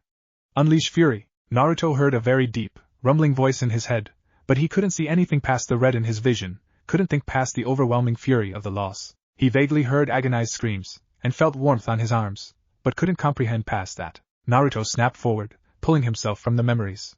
He shuddered, unnoticed by Konohamaru, and scowled. Why would that come to mind? I hate that day. I lost a teammate for the first time, and nearly lost my own life as a result of the rage. But you also met me, Kit. You finally discovered why people hated you. True. Flashbacks soon after, inside Naruto's mind. Naruto opened his eyes and saw blackness. Water was everywhere on the ground, but instead of the sewer he for some reason expected, he saw ancient red brick walls, with red and blue channels carved into them, almost like an ancient temple of some sort. He strode forward and entered what appeared to be a ritual chamber. In the center there was a hole, but it reached in concentric circles from the very edge of the room, almost like an amphitheater. At the very center, the lowest point, a small reddish-brown animal was chained heavily, and was tugging at the bonds. Naruto walked calmly down to it, and saw it was a fox. Are you just going to stare at me, or loosen these chains? Why would I do that? I don't understand everything, but you're obviously constrained for a reason, and judging by how you knew I was here without looking up at me, I would say we're inside my mind. Very astute, Kit. Now shut up and loosen the chains. I want to stretch. Too bad. My mind, my rules. You get nothing until I get answers. The small fox grumbled in its abnormally deep voice, way out of proportion to its size, and gnashed teeth for several moments. Fine, it growled finally. I am the great Kyubi no Kitsune, greatest of the Biju, an entity of pure chakra, fed by the malice and anger of the human race. I am also the embodiment of righteous fury, as defined by my father, the Rikudo Sennin, and by a comical twist of fate, I am stuck inside you, an insolent, disrespectful whelp who can't even channel my chakra properly, although that is mostly because of this damnable seal placed by that by your fourth Hokage. So, you were sealed inside me the night you attacked Konohagakure, which happens to also be the day I was born. Why did you attack? The small fox grumbled something quietly and pawed at the ground. What was that? I said. I was being controlled by a Sharingan user. And my name is Kurama, Kit. With a nod, Naruto stepped forward and removed some of the chains from the small, somewhat adorable fox, leaving only manacles around the neck, legs, and newly revealed waving tails. All 9 of them. Kurama immediately began frolicking as far as the chains would let him, which was about halfway up the rows. Naruto chuckled. Ah. That feels much better. Now then, in return for so much freedom, I will give you gifts of sense. As soon as you agree, your hearing will be better than any ninkin's, even when augmented with chakra, your nose as well. Your eyes will be able to see in the dark at will, and will be able to see small details from up to 500 yards. Your senses of touch and taste will remain the same though. No strings attached. Also, I would like a mental link with you so we can talk at any time. I agree. Your wisdom will be useful, and your gifts will surely help me. The two nodded to each other, and Naruto turned on his heel to leave. Kit, Kurama called, causing Naruto to pause. You will not be all-powerful. You will not be able to protect everyone. You should steel yourself for inevitable lose and pain. Even your grandfather knows this. Naruto stiffened, then kept walking without a word. He woke to find limbs and blood everywhere, and himself leaning over Wolf's mangled form, tears rolling out from beneath his mask. Kona, can you go tell Obachan I'll be down for dinner? Naruto asked his younger cousin, who would be starting the academy in just a few years. Konohamaru nodded enthusiastically, his hair fluffing everywhere, then bolted from the room, his scarf flying behind him. Naruto smiled sadly, then moved to the window, and jumped out. Sorry, Kona, but I've got some searching to do. Within moments, the final remaining member of Black Squad was gone without a trace from the Sarutobi household. 2 young girls felt chills run up their spines nearby, but couldn't explain them. Chapter 8, The Leak Plugged. Naruto was flitting from roof to roof, unseen and unheard, carefully avoiding detection by the ANBU on duty. He had yet to leave the clan's district of the village, because his gut was telling him his problem was there. He was currently just inside the Hyuga compound wall, and was sneaking along, keeping an ear cocked and his senses peeled for one of the Byakugan users. He was stopped short as he passed over the main house manor. Ayano, father? What would happen if a J-Jounin B became an A Academy S student? Naruto very nearly slipped as he heard the shy, stuttering voice of his classmate, Hyuga Hinata, the Hyuga heiress. Why do you ask, Hinata? Was J just curious. Naruto could all but see her poking her index fingers together, as her voice trailed off. Hayashi, the clan head, spoke again, in a voice so smug Naruto knew he was seen by the man. Well, for argument's sake, let us say that a high-level shinobi was stripped of his rank and sent back to the academy. He or she would have to be academy age, Hinata said slowly. Then the shinobi would have to most likely put on a very convincing act so as to divert attention from themselves, likely using a public persona already in place. Hinata made a small, confirming noise. And if it so happened that this person was found out by accident, they would need to tie up loose ends to ensure their own safety. A small heap of fear ensued, followed by sounds of scurrying away. Hayashi stepped out onto the grass and breathed deeply. You shrewd son of a bitch. How long did you know? Young man, I knew from a young age you would be exceptional. To put 2 and 2 together, that a very deadly ANBU disappears the same year you begin academy and fully enter the public eye. An idiot could figure it out. Obviously not, considering damn near the whole village, the other ANBU included, Didn't notice that little coincidence, Naruto remarked dryly as he dropped down next to the man. Hi, she grunted slightly, still staring at the stars. I wish to thank you for watching over us all these times. You saved my daughters on more than one occasion. I am indebted to you. Nonsense, I just wanted your family to remain as whole as it currently is. Neither of them should go through what I did. But I must say, it still confuses me why you're so strict with Hinata in public, but act like a father in private. Just let the world know you love your daughter, Hayashi grimaced. Would that I could. I treat Hanabi the same way in public, so that I cannot be accused of favoritism. In any case, I suspect you must continue your search. Rest assured, your secret will not be spilled by any lips here. With a quick bow, Naruto vanished, to continue his quest. Surely only Hinata could have somehow seen. Right, even his abysmal luck outside of gambling and cons couldn't screw him this time? Please, Kami. Please let it just be Hinata, but his pleas fell on deaf ears as he passed silently over the path between the Akimichi and Yamanaka compounds. Daddy, what do you know about that boy in my class? Naruto? This time, Naruto really did slip, right off a tree branch, down to the Akimichi compound wall, in the most unfortunate position possible. He groaned and fell to the side, landing in the walkway, cupping his groin and trying not to squeal like a pig or a fangirl. I know he's been very lonely most of his life, Naruto-san. What are you doing here at this hour? Inoichi asked as he stared in confusion at the young blonde curled into a ball, holding his balls. Writhing in pain, Naruto wheezed out. Inoichi flinched in sympathy and moved to help Naruto up. Once the younger blonde was on his feet, one hand still gingerly protecting his bits, Ino spoke up. That's so weird. We were just talking about you. What happened the other day in class? I fell asleep long enough to have night terrors. Contrary to popular belief, night terrors do not set in as soon as the victim is asleep. Instead, they replace dreams and REM sleep, very violently as you observed. I meant when the Hokage and that Jounin busted in, Ino said, her eyes narrowing to a squint as she appraised her fellow blonde. That was my Gigi and my Tusan. They were worried when I screamed. As was most of the TI department, Inoichi muttered under his breath. What was that, Daddy? Nothing, Princess. Anyway, I was just on my way back to the Sarutobi compound, so if you'll excuse me. But before he could scamper away, Ino grabbed his arm and flashed a sickeningly sweet smile that made both men in the immediate area shiver in terror. Oh, but I wanted to talk to you. Please don't make me wait, she said with a pout, sticking her bottom lip out and making her eyes watery, on command, which is what scared Naruto. Now I see why Inoichi-sama is wrapped around her little finger. This girl is almost as devious and manipulative as me. In the TI department main office, Marino Ibiki felt a frighteningly cold chill run up his spine, the same he felt when he faced that little blonde monster several years ago. He liked Naruto, but the boy scared him. Which in itself was a feat. Why do I get the feeling in a few years I'll be so outdated that he will replace me? Ibiki thought uncomfortably. And Inoichi's daughter? He shivered again, then resumed his paperwork. Back with Naruto. No, I guess Oba-chan wouldn't mind if I was a little late to dinner. He never managed to finish his thought, because Ino bolted off, dragging him behind her. He, of course, could go much faster, but she didn't need to know that if she didn't already. They got out of the clan's district and stopped in a park, where Ino planted him onto a bench, then glared at him. How did you move so fast the other day? Naruto immediately threw up an emotionless mask that Itachi had taught him. I have no idea what you mean, he said calmly, already thinking of multiple ways of removing her ability to talk should the need arise. You had one of that Jounin's trench knives up under his chin before any of us could blink. No academy student could do that. Explain. Naruto smirked haughtily and leveled his cold gaze at the young blonde before him. She soon began to fidget uncomfortably. You might have your father twisted around your whim, but it will take a lot longer before you can manipulate me, Miss Yamanka. Try again at a later date, he said as he rose and began walking away. He got all of 10 steps before he sensed the presence that he knew wasn't supposed to be there, because he'd felt it when he escorted the Hokage to the Kage summit 2 years ago. It was Akiri Anbu. He stopped and turned to the girl. Would you like me to walk you home, Ino? No young lady should walk around at night alone. Something untoward might happen. Ino looked suspicious, but seemed to catch on to at least some of what he was saying, so she faked a giggle and accepted, wrapping her arms around Naruto's offered one. They walked silently for about a block before Naruto said something to her, leaning in and whispering to seem as though he was making a move, despite them being 11 years old.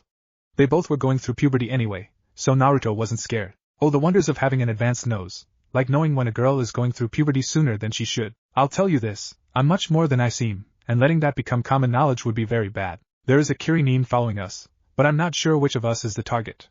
I'll walk you home to your father then leave. Now act like I said something flattering. Ino, to her credit, took it all in stride and began tittering and fluttering her eyelashes in a very girlish manner. This girl can act well. Should shinobi life not work out for her, she has a promising future in theater. Focus, Kit. Get her home, then fawn over her. Naruto frowned to himself, but ignored the jab. He made small talk with Ino for the few blocks to her house, keeping his chakra sense open for any sudden moves by the Anbu tailing them. He managed to get Ino to her door before the shinobi struck, aiming at both of them. Evidently, someone wanted Naruto dead, and the Yamanaka clan crippled. 2 kunai knives flew from a tree several yards back, but Naruto whirled quicker than the eye could follow and caught them, launching them back before the assailant could react. A feminine cry of pain resounded and the Miss Ning fell out of the tree, clutching on arm and on leg. Naruto was on her in an instant, disabling the other 2 appendages quickly. Ino, get your father! He said sternly without looking back. He could feel the dumbstruck look on her face as she dumbly backed into the house and called for Inoichi. The man came running, his long blonde hair disheveled. He zeroes in on Naruto crouching threateningly over the foreign shinobi. He strode up next to his fellow blonde and stared down at the captive. Naruto was in the process of removing her mask. The fact that she had not crunched a poison capsule yet showed either she was too valuable to be equipped with one, or was confident she could escape. Naruto removed her mask, after several moments of struggling, and cold-cocked her across the jaw, throwing her head to the side. A hollow tooth danced out across the pavement, filled with a small purple pill. First rule of anbu, the boy whispered menacingly to the brunette. You get caught or incapacitated, crunch the damn pill. Even if there's a chance you can escape, you are one cocky, stupid bitch. Her eyes grew wide, before he slammed his fist into her cheek, knocking her out. He then stood and turned to the Yamanaka patriarch. Inoichi-sama, he said with a low bow. I hereby surrender this kunoichi into your custody as Lieutenant Commander of the Torture and Interrogation Department. Have a nice evening, and please give my regards and sincerest apologies to Ino-san. He turned on his heel, leaving the gobsmacked man where he stood, and strode quickly away, heading straight home. He entered through the front door to hear the sounds of dinner plates being placed, Asuma and Hiruzen discussing something quietly, and Konohamaru talking excitedly to his mother. Naruto strode in and sat in his seat without a word, just watching his family. No one noticed him, which was not an odd occurrence. Suddenly, Boris shunshined in and bowed to the Hokage, though the man was not wearing his hat or robes. Hokage-sama, he said in a fairly deep voice. Several moments ago, a Kiri Anbu was captured attempting to take the life of one Ino Yamanaka and one other undisclosed person. Yamanaka-sama is escorting her unconscious form to the TI department, under guard. Hiruzen looked stunned, then saw the faint smile on the face of his elder grandson. He sighed and nodded. Very good, I'll expect a report on my desk tomorrow. But for now, I am about to enjoy dinner with my family.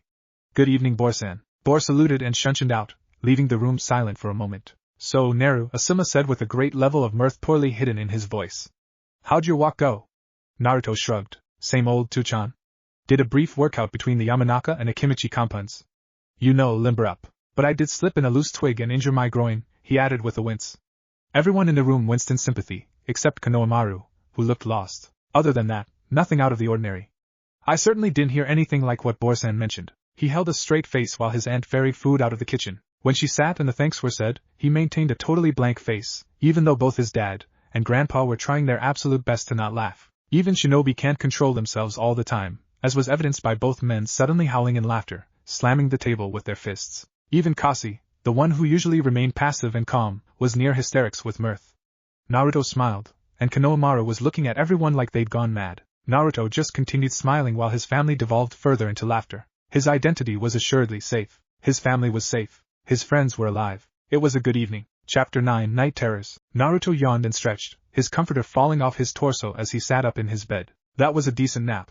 I even managed to get several in throughout the night. I should be good for class today. Yes, Kit. We wouldn't want a repeat of last week, would we? Naruto grimaced at the reminder of his unfortunate situation. Well, I'm absolutely sure Hinata won't say anything. And he knows she's still a risk, but a significantly smaller one. I'll have to talk to both of them, or get Shika too. The only response from the demon fox was a grunt. Naruto was dressed and heading down the stairs before Kurama spoke again. Kit, I never truly understood. What caused you to start having night terrors in the first place? Flashback 8 years ago, 2 years before Naruto's adoption. A 2-year-old Naruto was sitting on the curb, bawling heavily. He had just been kicked out of the orphanage. The matron, a cruel, vindictive woman to him at least, had shouted at him and smacked him a lot, stating that if he was old enough to walk and talk, he was old enough to fend for himself. Never mind the fact Naruto still fell a good deal, and could only just form coherent sentences. He sat there for he didn't know how long, before a silver-haired anbu in a dog mask walked over to him and sat next to him, placing his arm around the boy's shoulder and stroking his hair softly while humming a tune that sounded extremely familiar. He just couldn't place it. Ainu, he bawled. Why does everyone hate me? He cried loudly and buried his face into the side of the very solid man next to him. He heard the anbu make an unhappy sound, but he kept running his fingers, currently unloved, through the blonde locks. Not everyone hates you, Naruto. I don't, the Hokage doesn't, and Miss Snake Lady seems to like you, right? He got a tearful nod from the boy. How about this? I'll help you find her, and she can help you feel better.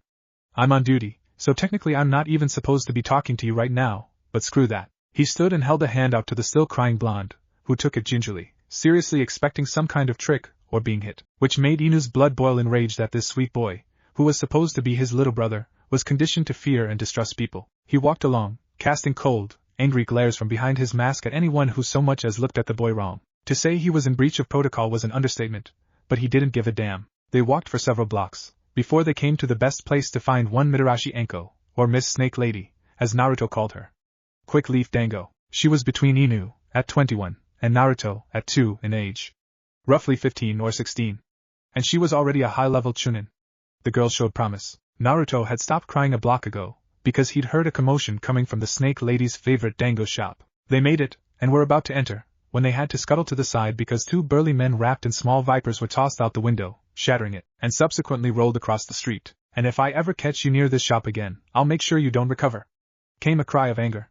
Naruto began bouncing excitedly, all trace of tears gone. He loved it when other people got beat up instead of him. Well, he liked it when mean people got beat up. Those two he recognized as mean people. Snake Lady! He cried giddily and ran through the door, leaping at Enko as soon as he saw her.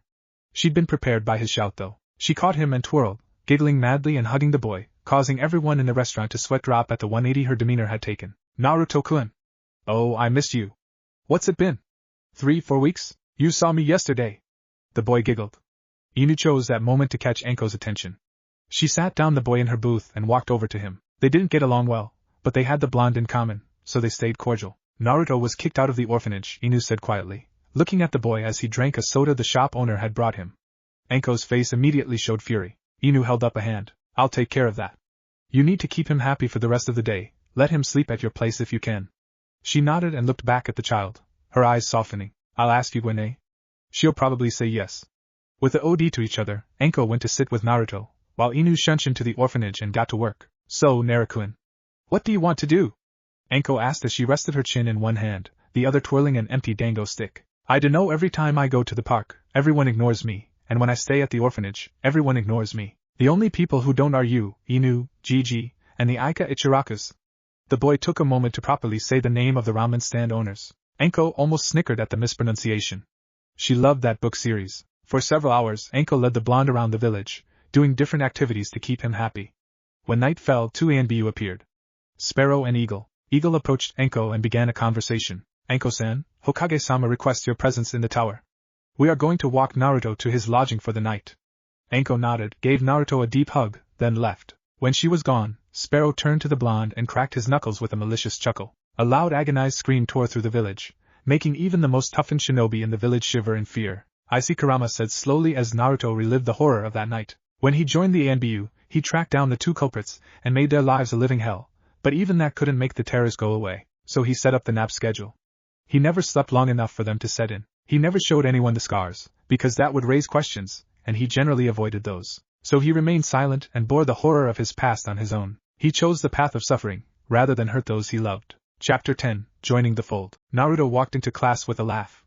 Sasuke had just told a joke about two weasels and a bean-bag chair, which Naruto found hilarious. He felt every gaze in the room snap to him as he approached his seat. He also saw Iruka back at the front of class. Naruto, I trust you are well rested for class? Yes, Iruka-sensei, Naruto said in a bored tone. Iruka nodded and turned to the board, finalizing his diagrams for today's lesson. Naruto sat, with Sasuke on his right and Shika on his left. Kiba and Chuji sat on the row in front of them. Ayano, may I sit there? He heard from behind him. He cast a mostly disinterested eye behind him to see Hinata standing in her way, timidly poking her index fingers together, and pointing at a seat right behind him. He looked further and noticed that Sakura was sitting in the adjacent seat, right behind Sasuke. Naruto nudged his friend with a discreet elbow and nodded slightly at the interaction. Sasuke turned also and frowned seeing a fangirl sitting behind him. Why? Trying to get close to Sasuke-kun?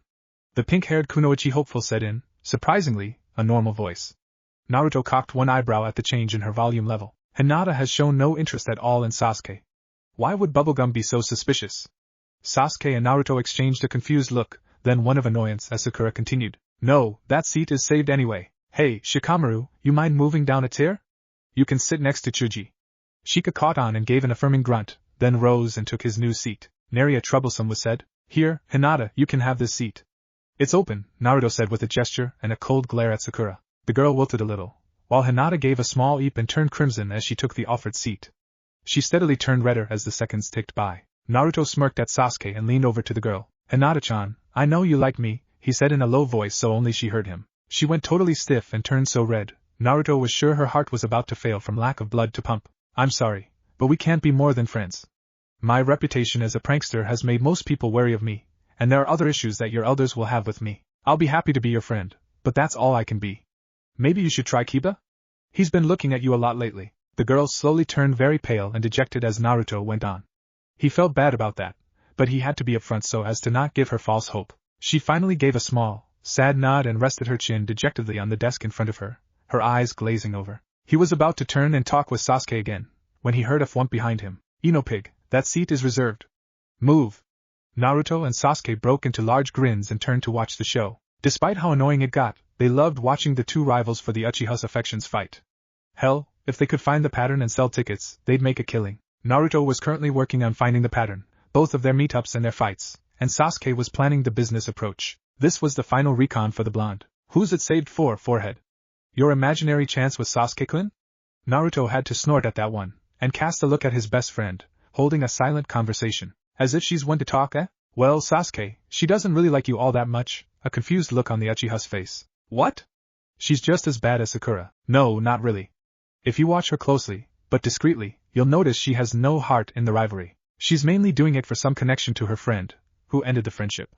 Sasuke nodded in understanding and continued watching. It still amazed Naruto that in 7 months since actually becoming friends, the two had gotten to know each other so well. They could understand each other and hold entire conversations just through facial expressions. But it certainly made things interesting when they picked up each other's sentences to mess with people. He focused his attention back on the two girls, who were pushing shoulders and glaring at each other, sparks flashing in their eyes. Even Iruka was watching in amusement. Finally, Shino walked in, saw the atmosphere and turned to Naruto. "Naruto-san," he said calmly, "may I sit with your group today? Seeing as my usual seat is within range of an extremely volatile explosion waiting to happen." Naruto smirked in laughter and nodded, indicating the empty seat in the row in front of him, right next to Kiba. "Welcome to the club, Shino. We look forward to being friends with you," Naruto said with a smile, to which Shino crinkled his eyebrows in confusion. "Here's how it works, Buggy," said Kiba with a snicker. "Once you sit around Naruto, you start talking to Naruto. Once you start talking to Naruto, you never stop. Eventually you'll feel as comfortable in the group as you do with those bugs in your jacket." Kiba?" The Inuzuka turned to the blonde with a grunt. "Those bugs aren't in his jacket. They're in his body." Kiba's eyes grew wide and he snapped his gaze to the Aburame. "Didn't you pay attention when your Kasan taught you about the other Konoha clans?" A very, very sheepish look appeared on Kiba's face. Naruto sighed. "The Aburame host Kikachu beetles inside their bodies, as a hive, and in exchange they are allowed to direct them, feed them chakra, and thus are not easily susceptible to genjutsu, on account of the constant fluctuations in their chakra, and gain various other benefits." Shino looked impressed, as much as he could with most of his face covered, and Sasuke scowled. "I never got the clan's lesson," he muttered under his breath. He looked back when he felt a hand on his shoulder. "Don't worry, Sasuke, I'll give it to you. Come with me to my house today, and I'll help you out." That caught the quarreling girl's attention. Ino perked up with a confused look. "Clan's lesson? Daddy never taught me anything about the other clans. He just said all I need to know about is Akimichi and Nara." "Yeah, my dad said the same," Chuji said, lowering his bag of chips. "My dad said it was too troublesome to teach me anything, really, so we just played shogi," Shikamaru said with a frown. Kiba muttered something and scratched behind Akamaru's ear. Naruto crinkled his brows. "What about you, Shino? Father was always busy." "So, no, I have also not received any instruction on our fellow clans, unfortunately. Hinata, please me tell you, Father W was more focused on the G gentle fist." A loud whap followed as Naruto drove his forehead violently into the desk. "Of course I'm the only one with knowledge of my classmates' clans. And people say I'm the dope. I know about the clans," Sakura said haughtily, puffing her chest out and smiling proudly at Sasuke. "That's great, Sakura. Now how about you shut up and let the clan kids talk, any?" Sasuke said with a dismissive flap of his hand. The girl deflated instantly. "Okay, how about this? All of you come over to my house today, after letting your parents know," he said quickly, with a pointed look at Kiba. "And I can give all of you the information you'll need to deal with other clans. Then, we might try to train a little," he said with a smirk, making Sasuke, Kiba, Chuji, and Shikamaru grimace. They'd tried training with Naruto once. They'd been dying of thirst and lack of oxygen by the time he was mildly winded. A stamina freak doing ANBU level training? "Oh Kami, what? We get training at home," Ino said a little snobbily. "Yes, Miss Umanka, I can clearly see that you put every effort to improving your shinobi skills, Naruto responded with no small amount of sarcasm. Sasuke, would you assess Miss Yamanaka and give your honest report? Sasuke nodded, then gestured for Ino to stand and move to the aisle. She did so with some trepidation, feeling a large fear growing in her gut. He studied her critically for a moment, then twirled his finger slightly. Ino spun slowly. Well, he said slowly.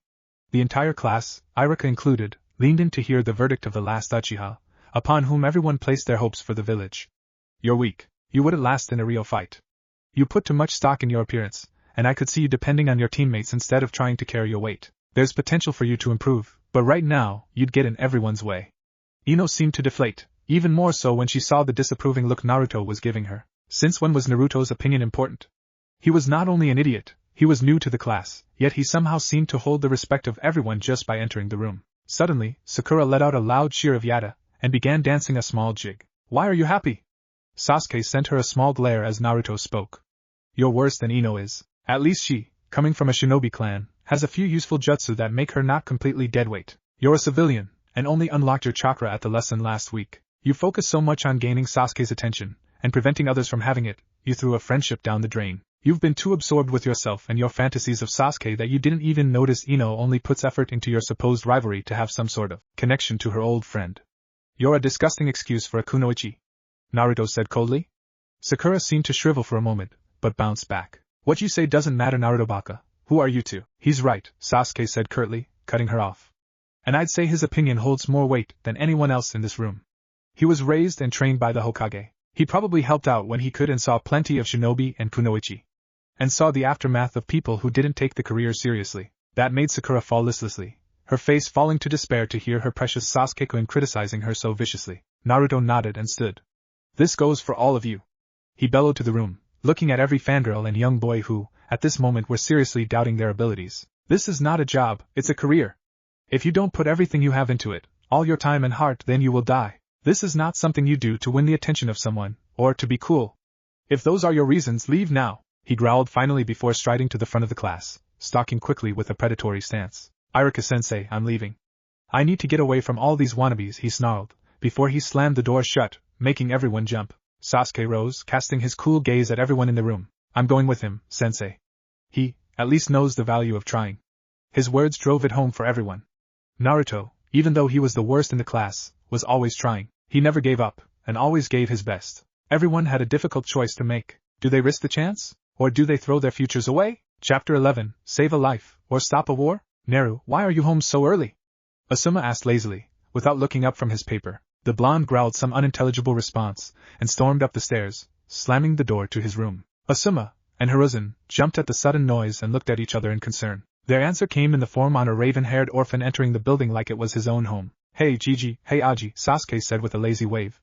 The Uchiha had begun calling Naruto's family his own several weeks earlier. He stormed to his room. Yep. What happened? Asuma asked, concern evident on his face. Haruno Sakura said the wrong thing at the wrong time. Yamanaka Ino was constructively criticized by Naruto, and Sakura made it seem like she was better. So, he flew off the handle and made them all question themselves and their reasons for being shinobi. Trust Naruto to make the next generation question themselves so early, Hiruzen sighed.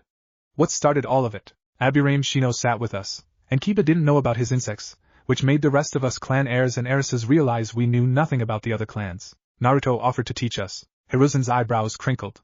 7 future clan heads know nothing about other clans? Sasuke began ticking reasons off on his fingers.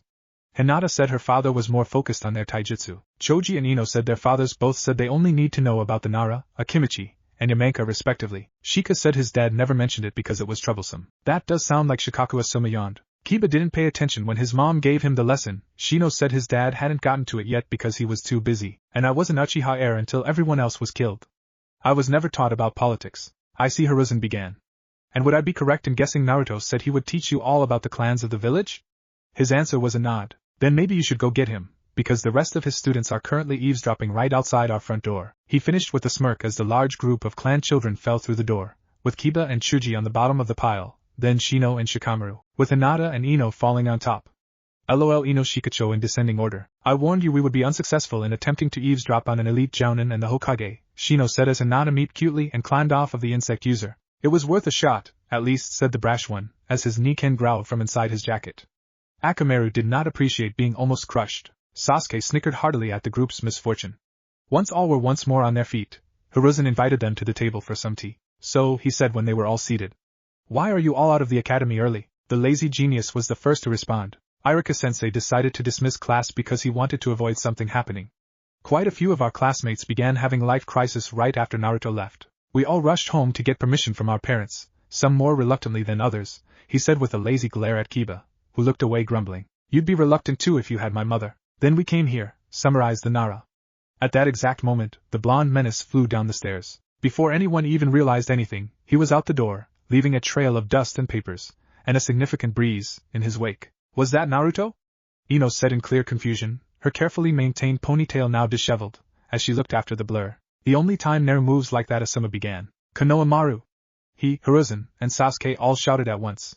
The two older men dashed after the blonde, to assist in whatever capacity they may, while Sasuke, who knew he would only be a hindrance, remained, wringing his hands. Kiba, Shikamaru, and Chuji, who had met the young Sarutobi, walked over, and the four began a small discussion among themselves. What do you think it is? Whispered Kiba. It's not bullies, otherwise Naruto wouldn't have been in such a hurry, Chuji reasoned. Troublesome, either it's villagers being idiots, or something bigger. Either way, Naruto and his family are on it. I just wish I could help, Sasuke fretted, with Hiruzen and Asuma as they catch up with Naruto. Naru, what's happening? Someone was in Kona's room. They took him and bolted before I could even register. Why didn't you follow them through the window?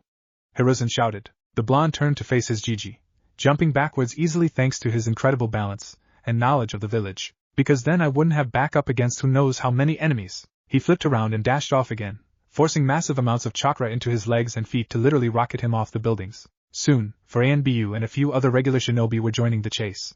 Naruto, along with the Hyuga and Inuzuka Anbu, were trying to pick up the trail. Uzumaki-san, why are you here? Cobra asked calmly. The Jinchuriki turned a suddenly scarlet glare on the man, releasing the Kyuubi's chakra enough to make everyone in the pursuit shiver in fear. That's my cousin! I'll be damned before I let some scumbag hurt my family.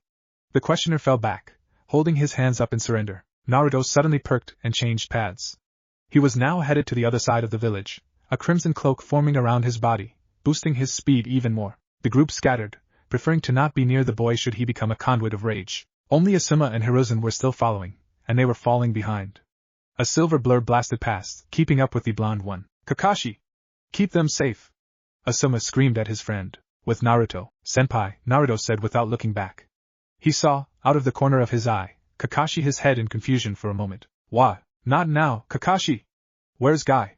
I smell at least 5 guys, plus Kona. YOSH, Naruto Kun. We shall defeat these unyouthful rapscallions. Impeccable timing, Guy, Kakashi said dryly. He got a deep belly laugh. They both looked at the blonde, who was still cloaked in red chakra, with a aura tail now. They stopped just ahead. I guess they didn't expect pursuit. Morons, muttered the Cyclops. The trio was now just past the Hokage monument, and so were in the forest surrounding Konoha. They blasted through a tangle of branches into a clearing. They landed, ready, only to grow stiff as they saw 5 shinobi, 2 with kunai held to Konohamaru's throat. The boy was crying silently. Oh. We were just expecting the brat, but we get the copy ninja, and what the hell is with that guy's eyebrows, said the leader, one of the 2 with the kunai held to Kona's throat. He pressed it a bit, and drew a line of blood. What do you want with me? Growled the blonde. His fingernails grew to claws and his whisker marks became thicker as he channeled more chakra from Kurama. The Kyuubi, said one of the Nin quickly. Naruto flicked his eyes to the man, then to each one's forehead. 5 Nuke Nin, 2 of them women. Formerly of Suna. Naruto growled ferally and let his glare bore into the 2 holding kunai. Let the kid go. The entire group, including Konohamaru, Kakashi, and Guy shuddered in fear at the pure malice and rage in the blonde's voice. The 2 with blades flinched, withdrawing their knives with the action. Naruto bolted forward as fast as he could and snatched his cousin up, then returned to his place. Konohamaru perched on his back. He created 2 seal-less Kage bunchins and handed the child to them. Get him out of here. Yes sir, boss. The clones said in unison with a salute before disappearing. The blonde turned his crimson gaze on the 5 Nuke Nins. Kakashi, take the girl on the far left. Guy on far right. I've got the 3 in the middle. Cocky little gaki, aren't you? Said the leader, recovered from his fear. We're all elite. We were the Kazakage's elite guard. Oh yeah? Naruto smiled wolfishly as he dropped to all 4s. Well, you're facing 3 of the deadliest motherfuckers in Konoha. How do you think you'll fare against the former Anbu, the elemental nation's greatest taijutsu expert, and a pissed-off Jinchuriki? What do you think, Kakashi? I think Guy and I have some of the highest bounties on the continent, and you scare us anyway. With that, the 3 Konoha residents dashed forward, engaging their respective foes. with Kakashi. Fuck you, Scarecrow. I'll wipe the floor with you, then take the gaki. Kakashi yawned as he pulled two kunai, holding them in a reverse grip, and began slashing expertly, forcing the woman to dodge. He observed her, as he made her bend awkwardly. She was about 5'6", with soft brown hair.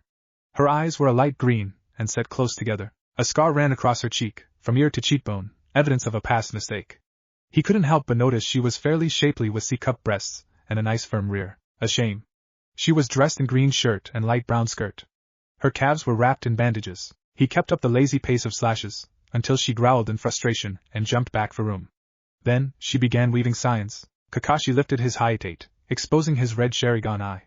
He quickly began copying the woman's jutsu, soon catching up to her. They unleashed it at the same time. Futon Diatapa. The twin blasts of hurricane force wind met each other and exploded outward, creating a scar in the ground. I'm surprised you didn't already know that one, the woman huffed. Not many wind users in the elemental nations, Kakashi said, bored.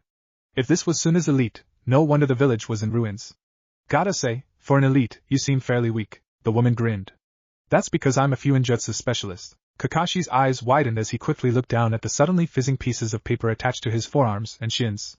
He jumped at her just as they exploded. With Mito Gai, the green-clad Jounin took the Goken stance he was so well known for as his foe took the stance he recognized as Suna's signature, Kaze Sabaku, the desert wind taijutsu style. Gai couldn't stop his scowl. The desert wind was very fast, and very versatile, but lacked serious defense. It instead focused on dodging. I see you recognize my taijutsu, said the man in a deep voice. His face, arms, and bare torso were covered in different scars, which he displayed proudly, the marks of a warrior. I feel it only fair to inform you that I was the foremost expert of the Kaze Sabaku in Suna, YOSH. Then we shall meet as fellow warriors. Let our flames of youth burn brightly. The two men rushed each other. Guy whirled around, extending his leg. Leave hurricane. His opponent ducked and brought his arms to the extended limb in a vicious cross-chop. Guy felt something shift as he landed with a grunt. I just fractured your tibia. Best you surrender now, before you make it worse, the man said, with deceptive amounts of a warrior's concern in his eyes. Guy just smiled. You would have fractured my tibia, he said as he lifted his leg and slipped off his orange leg warmer. The now revealed weight was cracked and sitting awkwardly. Guy removed it and then repeated the process with his right leg. He stood there, holding the weights in his hands.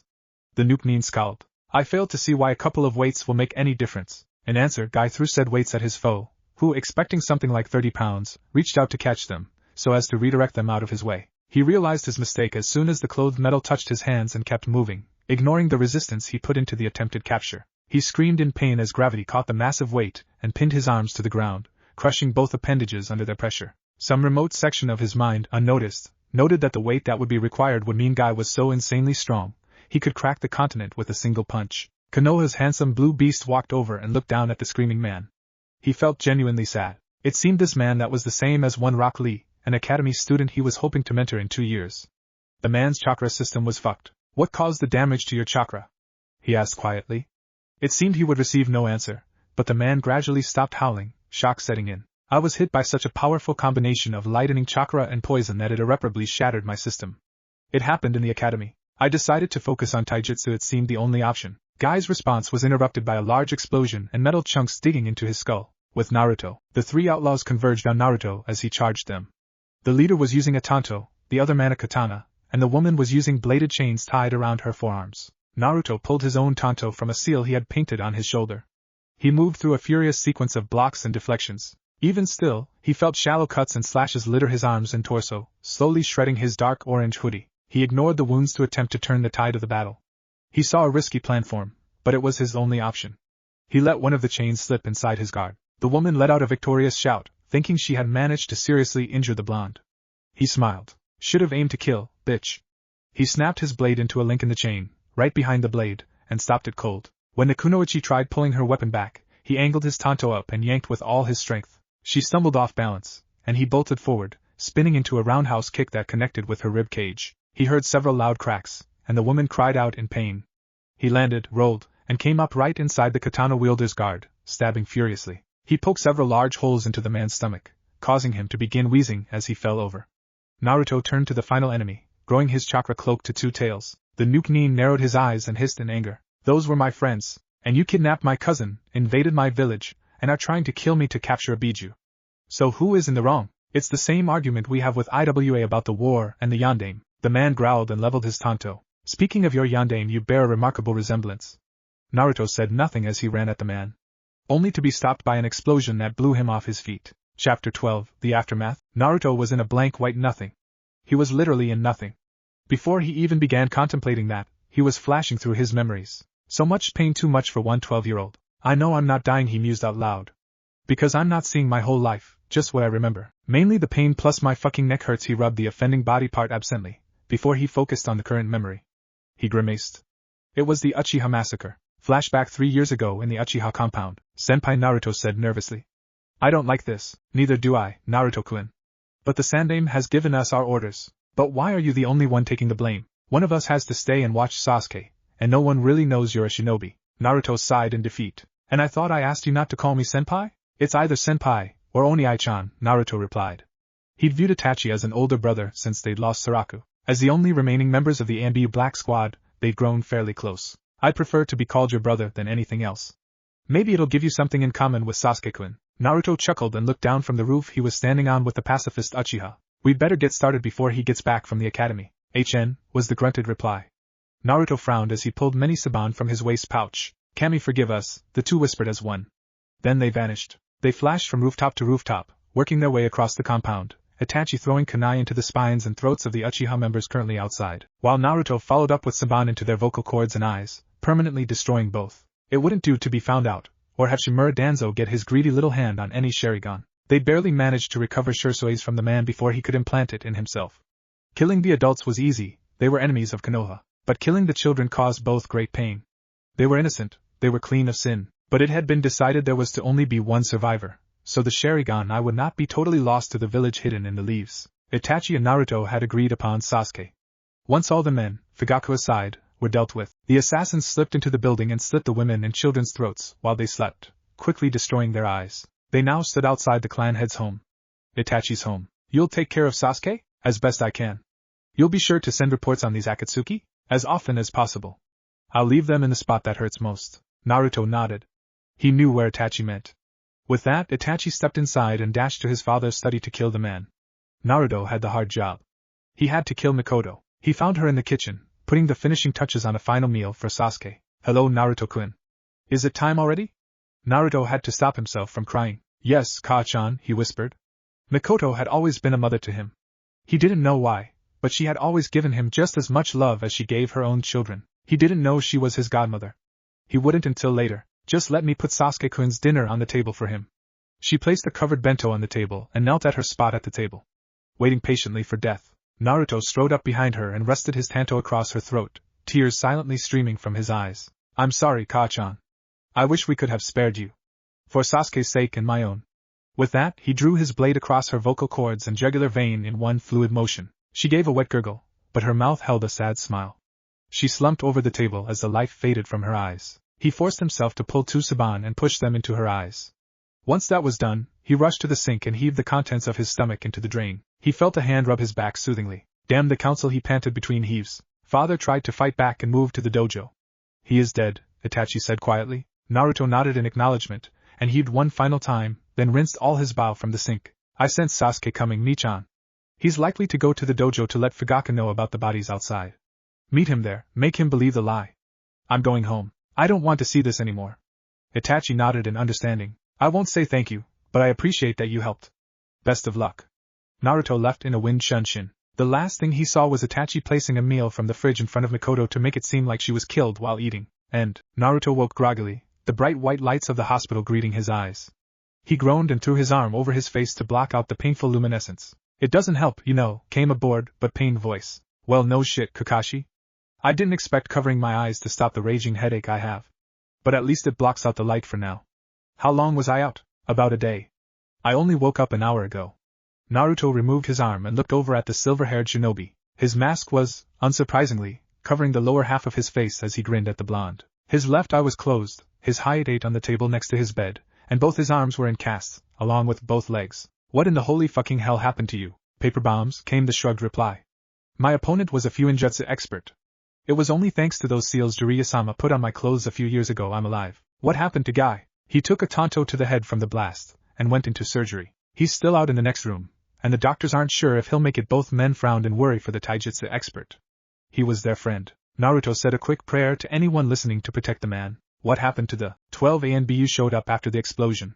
My opponent was obliterated by her own bombs, guys bled out internally, but 2 of yours are alive. The woman has shattered ribs and a cracked sternum, and the man has second-degree burns and a concussion, but they're both alive and in the TI department. So Anko-chan and Ibiki are having fun, eh? At least someone is. That reminds me. Why'd you call me senpai? Naruto grumbled, but was saved having to answer by his grandfather entering the room and putting up privacy seals immediately. Because, Kakashi-kun, Naruto-kun is an ex-ANBU just like you. The cycloptic ninja's eyes both snapped open wide as he looked to the blonde, who was grinning. He quickly shut his red Sharingan eye, but continued to gape at the Jinchuriki. Naruto decided to use the ANBU sign language. What are orders, Ina-senpai? I know we must destroy an enemy base, but was not given specifics. He was copying what he'd questioned on one of the 3 missions Shadow and Inu had run together, using the same little hand quirks he'd used then. Kakashi's mouth visibly dropped, creating a small cave in his mask. There is no way you are him, Naruto smirked. Then how would I know that on that mission, you killed 4 Nukanins, and freed 5 captives, 3 of them children, from the base in the center of the land of forests, which you afterward leveled with a powerful Doton Jutsu? Kakashi's right eye bugged out as Naruto spoke, giving the exact details of the mission in question. Shadow Hiruzen sighed tiredly. I was hoping you would figure it out on your own, Kakashi, but it seems that wasn't going to happen. Does that mean he knows about? No, Hiruzen quickly interrupted before Kakashi said anything more. No, he doesn't. And for very good reasons. But he's past Jounin level. He should fucking know. Naruto merely watched the exchange as he would a tennis match, his head going back and forth. He seems quite happy as he is. Gigi, before you 2 tried to kill each other, I'd like to interject that I know you're talking about who my birth parents are. I have my suspicions, but don't know for sure, so if we could settle this, I'd like to have some questions answered. Both of the older men stiffened and turned mechanically toward the prankster king of Konoha. I've had a strong guess for a few years, which was only backed up in the fight Kakashi, Guy, and myself were recently involved in, and would like to know for sure. Would I be correct if I said my biological father was the Yondaime Hokage?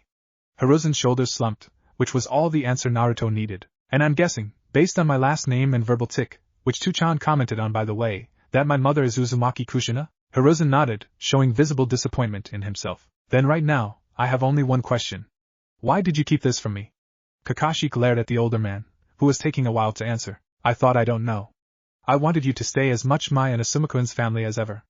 I felt like that would stop being true if you knew. Gigi, that is the stupidest reason I've ever heard. Why would I stop being a part of the Sarutobi family just because I knew who my birth parents were? I already knew I was adopted.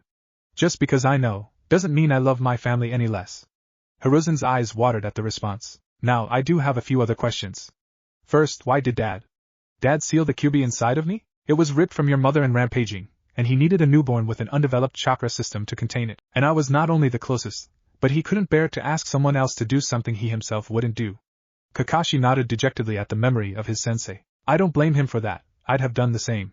He's still my hero. He wanted the village to view you as such, Hiruzen put in helpfully, which caused the blonde to snort in laughter, then grab his ribs in pain. Second, who, if any, are my godparents? I can't believe Mom and Dad would leave me without a guardian. Jiraiya-kun, Hiruzen said quickly, causing the blonde's eye to twitch. You're telling me that the pervert who writes those god-awful orange books, peeps on women, and spies for Konoha, and who is never around is my godfather, at the same time in the land of hot water, inside a bar. Jiraiya of the Sannin, who was currently disguised as a bartender and slipping a truth drug into his target's drink, felt a very cold shiver run up, down, and back up his spine. It felt as though someone was dancing on his grave, laughing, while he was buried alive, listening to the joy. I feel like I should either head back to Konoha immediately, or never go there again, he muttered to himself as he placed the lace drink in front of a Kumo shinobi. He went in back on the pretense of getting something, created a shadow clone, and left it to take his place, heading for his home village under some strange compulsion immediately. Back in Konoha Hospital. Yes? Naruto growled to himself and began muttering under his breath. The other 2 occupants of the room heard it though. That son of a bitch. I'm going to shove a bijudama right up his ass. Both men paled and sweated profusely, feeling no small amount of pity for the Toad Sage, not even daring to get mad at Naruto for calling their precious Ika god-awful. Naruto-kun, you can use the bijudama? Yes, Gigi. I've been training with Kurama for 4 years. If I couldn't use even a weak version of the bijudama by now, I'd be a very poor excuse for a QB no Jinchuriki. But getting back to the topic at hand, do I have a godmother? Not anymore, Hiruzen said sadly.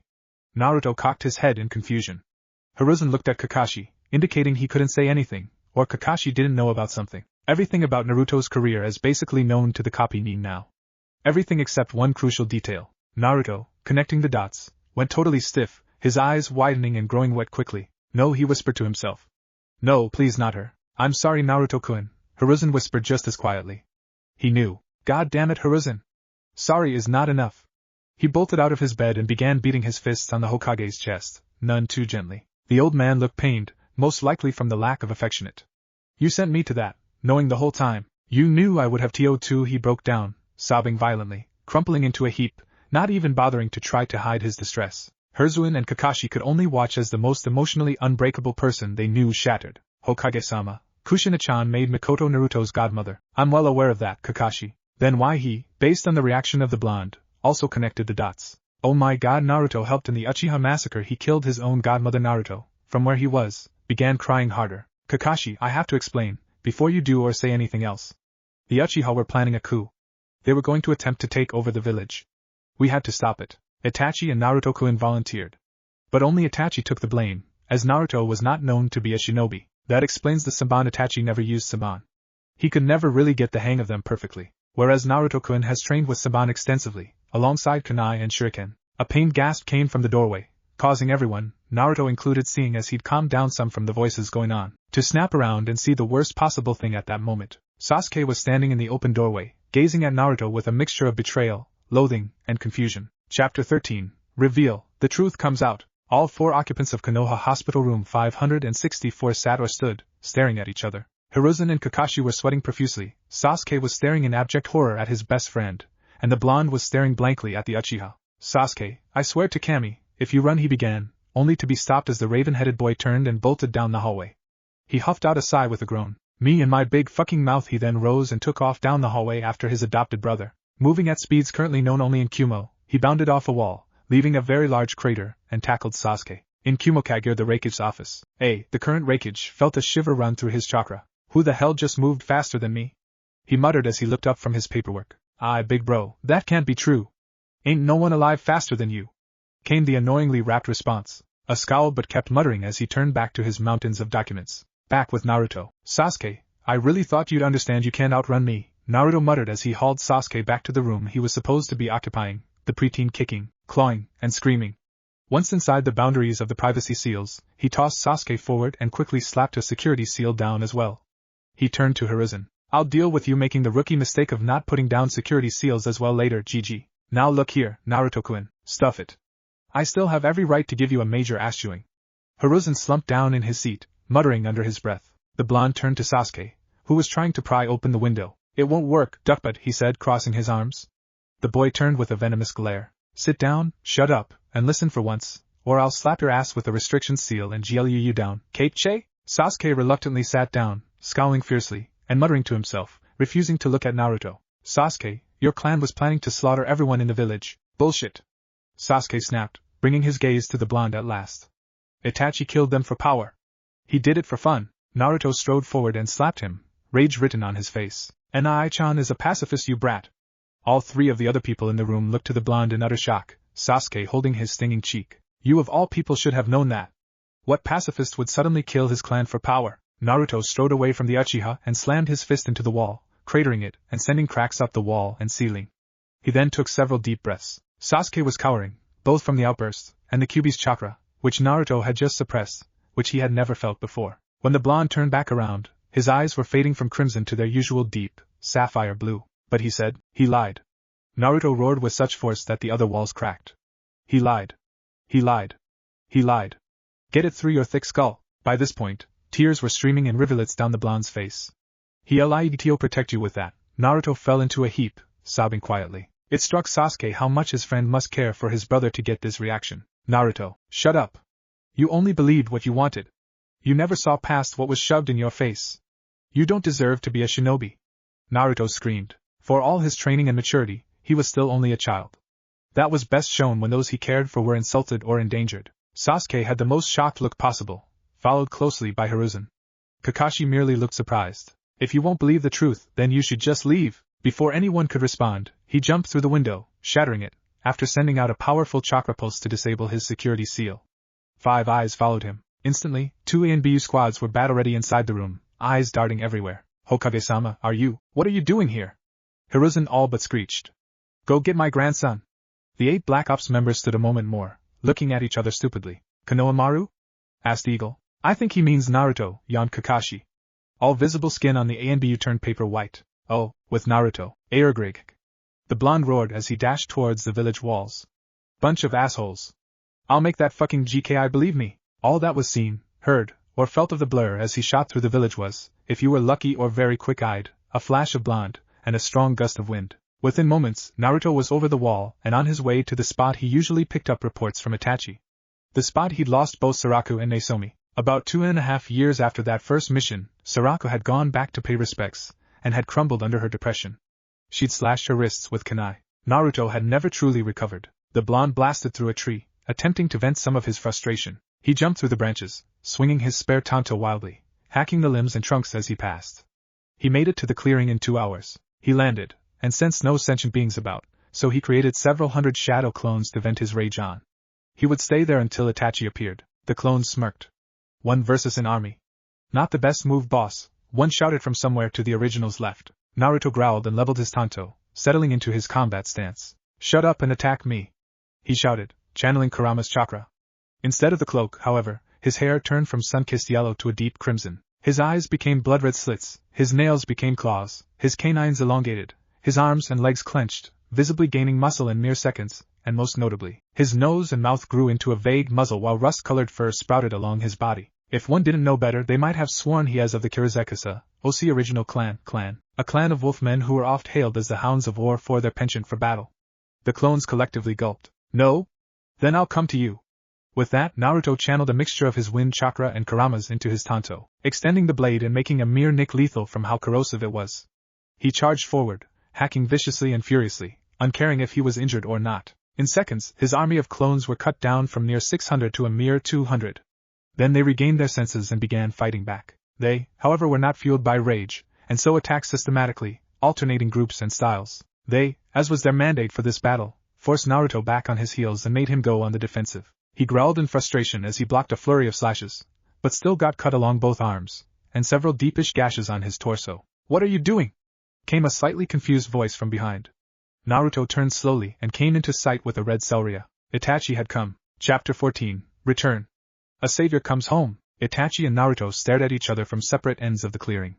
The blue met the red, one stoic and confused, the other full of a potent clash of rage and sorrow. Itachi, to himself, mused how often those two unfortunate emotions coincided. You might want to stay ready, Kyubi-san, came a chuckled voice behind Naruto, whose eyes widened. He rolled forward quickly, barely avoiding something that cratered where he had just been standing. He came up, summoning a clone to guard his back, for appearances, and turned to face his assailant. Then, his golden skin turned white as snow. Surrounded by a quickly dissipating cloud of smoke where once stood his clones, towered a man with blue skin and hair. His lips widened into a grin, revealing shark-like teeth, and on his cheeks were what appeared to be gills. His black coat with red clouds matched Itachi's, who calmly rested his arm on the third button down, leaving his chest exposed. The blue man hefted a giant bandage what looked like a club. But Naruto knew better. It was Samehada, one of the 7 mist blades, so long as you counted the Kiba blades as one. Hashigaki Kisame. The man's smirk widened as he was recognized.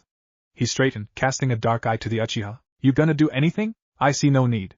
You should be more than capable of handling one young boy, Itachi responded coolly. Naruto felt a slight shiver run up his spine, but Kisame's grin grew into a full-blown smile. Goody. Samehada was getting hungry. Now Gaki, I assume you actually know something about me other than my name? S-rank Nukenin from Kirigakure no Sato, wielder of the blade Samehada, aka Sharkskin. Known tags are the no-tailed beast, and the monster of the mist. Ex-Cypher Division, who killed his own team to prevent intel leaks. The smile grew wider and more sadistic. I think it only fair if I get to know a little about you before I slice you up and pull that bijou of yours. Naruto immediately fell back into his old anbu training. Show no emotion, speak only what is required, and under no circumstances leave an opening. Uzumaki Sarutobi Naruto, adopted grandson of the Sandaime Hokage, last of the Uzumaki clan, and shinobi of Konoha. Kisame's eyebrows shot up at the mention of the Uzumaki clan. Uzumaki? From Yuzushiogakure no Sato? Peerless seal masters, Kenjutsu users, and close ally of Konoha no Sato? The same. Naruto pulled his spare tanto, wielding one in each hand, the left in a reverse grip, and assumed a stance Kisame had seen only once, back in the Third Shinobi World War. The Yuzuriya Kenjutsu style of the Uzumaki clan. The boy's arms were at right angles to his body, his legs were fluidly planted, ready to move in a blink, and his torso was turned to the side, minimizing the area Kisame could see. Naruto had learned of a clan of Uzumaki some time ago, and made the connection he was a member. So he did what any orphan would do given such a tantalizing carrot of family in any form. He'd done as much research as possible. Some time after Iruka had apologized, he'd found some ancient scrolls on Uzumaki Fuinjutsu and Kenjutsu in the Konoha Shinobi Library. They were free of dust, but it was obvious none could open them, from numerous scratches on the case, evidence of nails or kunai. As soon as he touched them, they'd popped open like a ripe berry and spilled the secrets to the boy. He kept it a secret, naturally. The Yuzuriu Kisame breathed. Naruto gave no action. Kisame hefted his massive blade and charged the blonde, who spun to his right, extending both arms. His arms, which had a moment ago been rigid, were now flowing in circles around the duo. Itachi was surprised at the sheer skill the boy showed in such a style, which, frankly, seemed against his general nature. Naruto, meanwhile, was trying his best to keep up the rapid pace he had set with his defensive attacks. The Yuzuriu, or World Dragon, Kenjutsu didn't exactly focus on any one aspect of combat, but rather it brought everything to balance. Attack to defend to attack, dodge to counter, counter to dodge. If it didn't make such perfect sense to his own thought process, he'd have given up long ago. Basically, the whole style was a balance of speed, power, agility, attack, and defense. But damned if it wasn't hard to maintain. Kisame brought his sword down as hard as he could where he knew the annoying Gaki would be in a moment, only for his weapon to meet soil once more. He growled in frustration. He was bloody, cut in several places, and had a feeling the day would not end well for him. Naruto had not escaped totally unscathed so far though. He always just barely dodged the sword, only for the ridged sharkskin to extend and cut him several times. He grit his teeth. I'm still not good enough to use this against an S-ranked opponent, he thought frantically as he ducked under a swipe, feeling his back get sliced in several lines. Especially when I'm still recovering from that fight with the Sunanin. I've got to. Tsukuyomi! Came a sudden shout. Both combatants froze, knowing that technique well. Naruto and Kisame both tried their best to avoid eye contact with Itachi, lest they be subjected to the hellish nightmare world. Kisame, though, was unsuccessful. He fell to the ground, screaming and writhing. Now, Naruto-kun, we have some time to talk. Why did you come here? To bring you back, the blonde grunted, dropping into a seated position a fair distance from the shark man. Itachi quirked an eyebrow. Sasuke overheard Kakashi-senpai talking about how I helped on that night, after he figured it out. When I tried explaining, Sasuke wouldn't believe me, and so you sought to bring me back to Konoha to prove you speak the truth. What would you have done if I hadn't been able to drop a report today? I would have waited until you did arrive, no matter how long it took, shrugged the blonde. Itachi gave a trademark Uchiha smirk and shook his head slightly, closing his eyes. And I take it you did not receive permission before leaving the village to retrieve me? Naruto shook his head, causing Itachi to sigh. You could be marked as a nuke-nin, Naruto-kun. Jiji was there. He saw the whole thing and knows how impulsive I can be sometimes.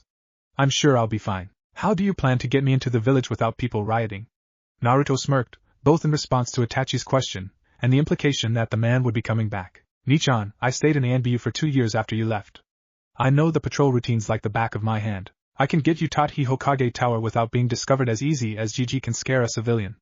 The Uchiha cast a look at the still writhing Kisame. It seems I'm no longer staying in this organization, doesn't it? He questioned rhetorically as he shrugged off his Akatsuki cloak, revealing a lithe torso covered in a mesh armor shirt, with anbu pants on his legs. On his finger was a ring, which he removed after folding up the cloak.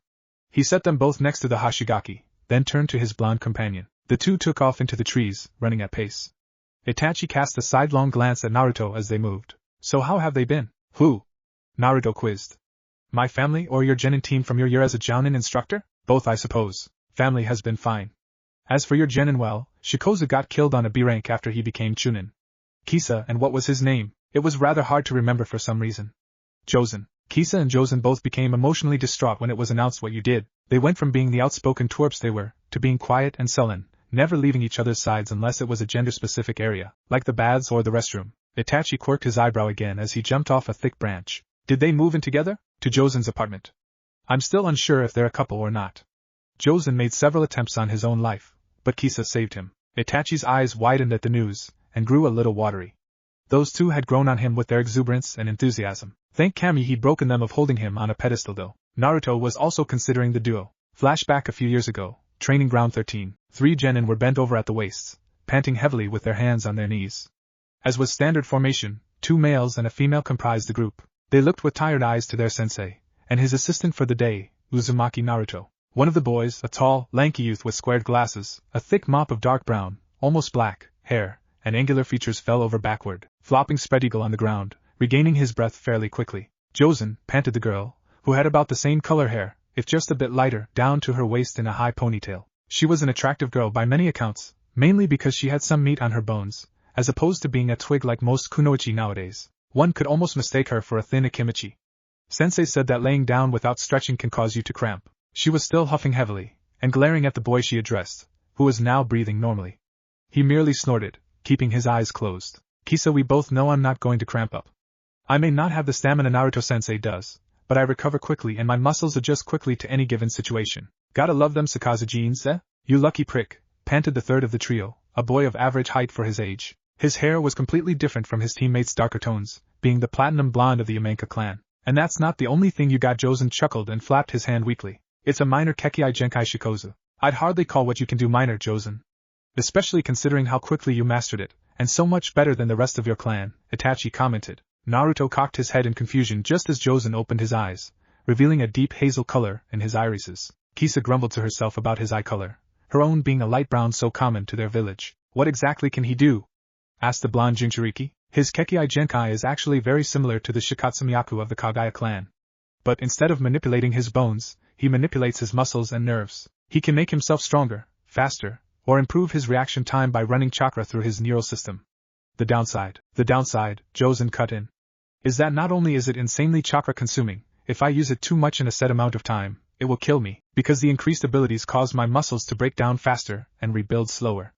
On top of that, those of my clan, everyone, coughed Shikozu discreetly, who inherit the Kekei Genkai have such weakened immune systems that if we catch a minor sneeze, we could die. Kisa frowned and patted her friend's shoulder supportingly. It seems odd then, that you chose to be a shinobi, commented Naruto. Well, shrugged the teen. I take immune boosters, vitamins, and generally do my best to avoid sick people. Why did you become a ninja? Kisa suddenly asked, looking at Josen. The boy scowled fiercely. I have my reasons. Let's leave it at that. Kisa scowled back. We told the group our reasons, why won't you? She said, her voice raising steadily as she straightened and stalked up to the taller boy. It was apparent by the time he stopped growing, he would be one of the tallest people in Konoha. Because, he snarled, his eyes blazing with pain and rage in equal parts. It's none of your business. Kisa took a step back, never having seen this kind of anger from the usually happy and active boy. Itachi grimaced, as he knew a little of his student's past, but not enough to comfort him. Josen, Itachi said in a clipped tone, causing the genin to stiffen. We will respect your decision to keep reasons your own, but do not vent your anger towards your teammates. That would lead to lack of trust, which would bite you in the long run. The Sakazu remained towering over his female comrade a moment longer, before backing down, head bowed. Sorry, sensei. May I be dismissed for the day? I have errands to run. Itachi nodded, and the boy plodded off. The Uchiha then turned to his other students. You two may leave as well. I will see you tomorrow. The two nodded and left, chatting amicably. Those two, Naruto said softly. Kisa and Josen? Itachi asked, to which the blonde nodded. Yes, they are nearly the same. To an extent. Josen is actually more like you, believe it or not. Naruto cocked an eyebrow in question. His parents were less than kind, from what I gather. He ran away from his clan when he turned 7, and has been living on his own ever since, refusing to return for anything. His exuberance is more a mask to hide whatever pain he holds.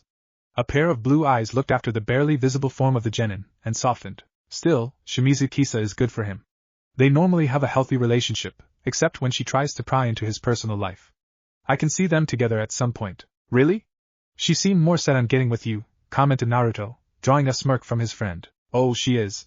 But I find while you chase one person, another worms their way into your heart, and diverts your attention. Kisa chases me, and Josen for some reason helps her attempts. I seriously doubt they'll never be more than just friends, even if only for a bit. The two turned to go see the Hokage, as they had been summoned earlier for that exact time. Flashback end. Yeah, Kisa IFING went there. XD, any progress on curing Josen's immune system? Itachi asked quietly. Naruto shook his head. No, but he puts that regenerative ability of his muscles to good use training. He runs himself into the ground more than I do, only for his muscles to build back up overnight to repeat again the next day. He's already about as strong, physically, as Rock Lee. The academy student unable to use chakra? Guy's student now, but yeah, that's him.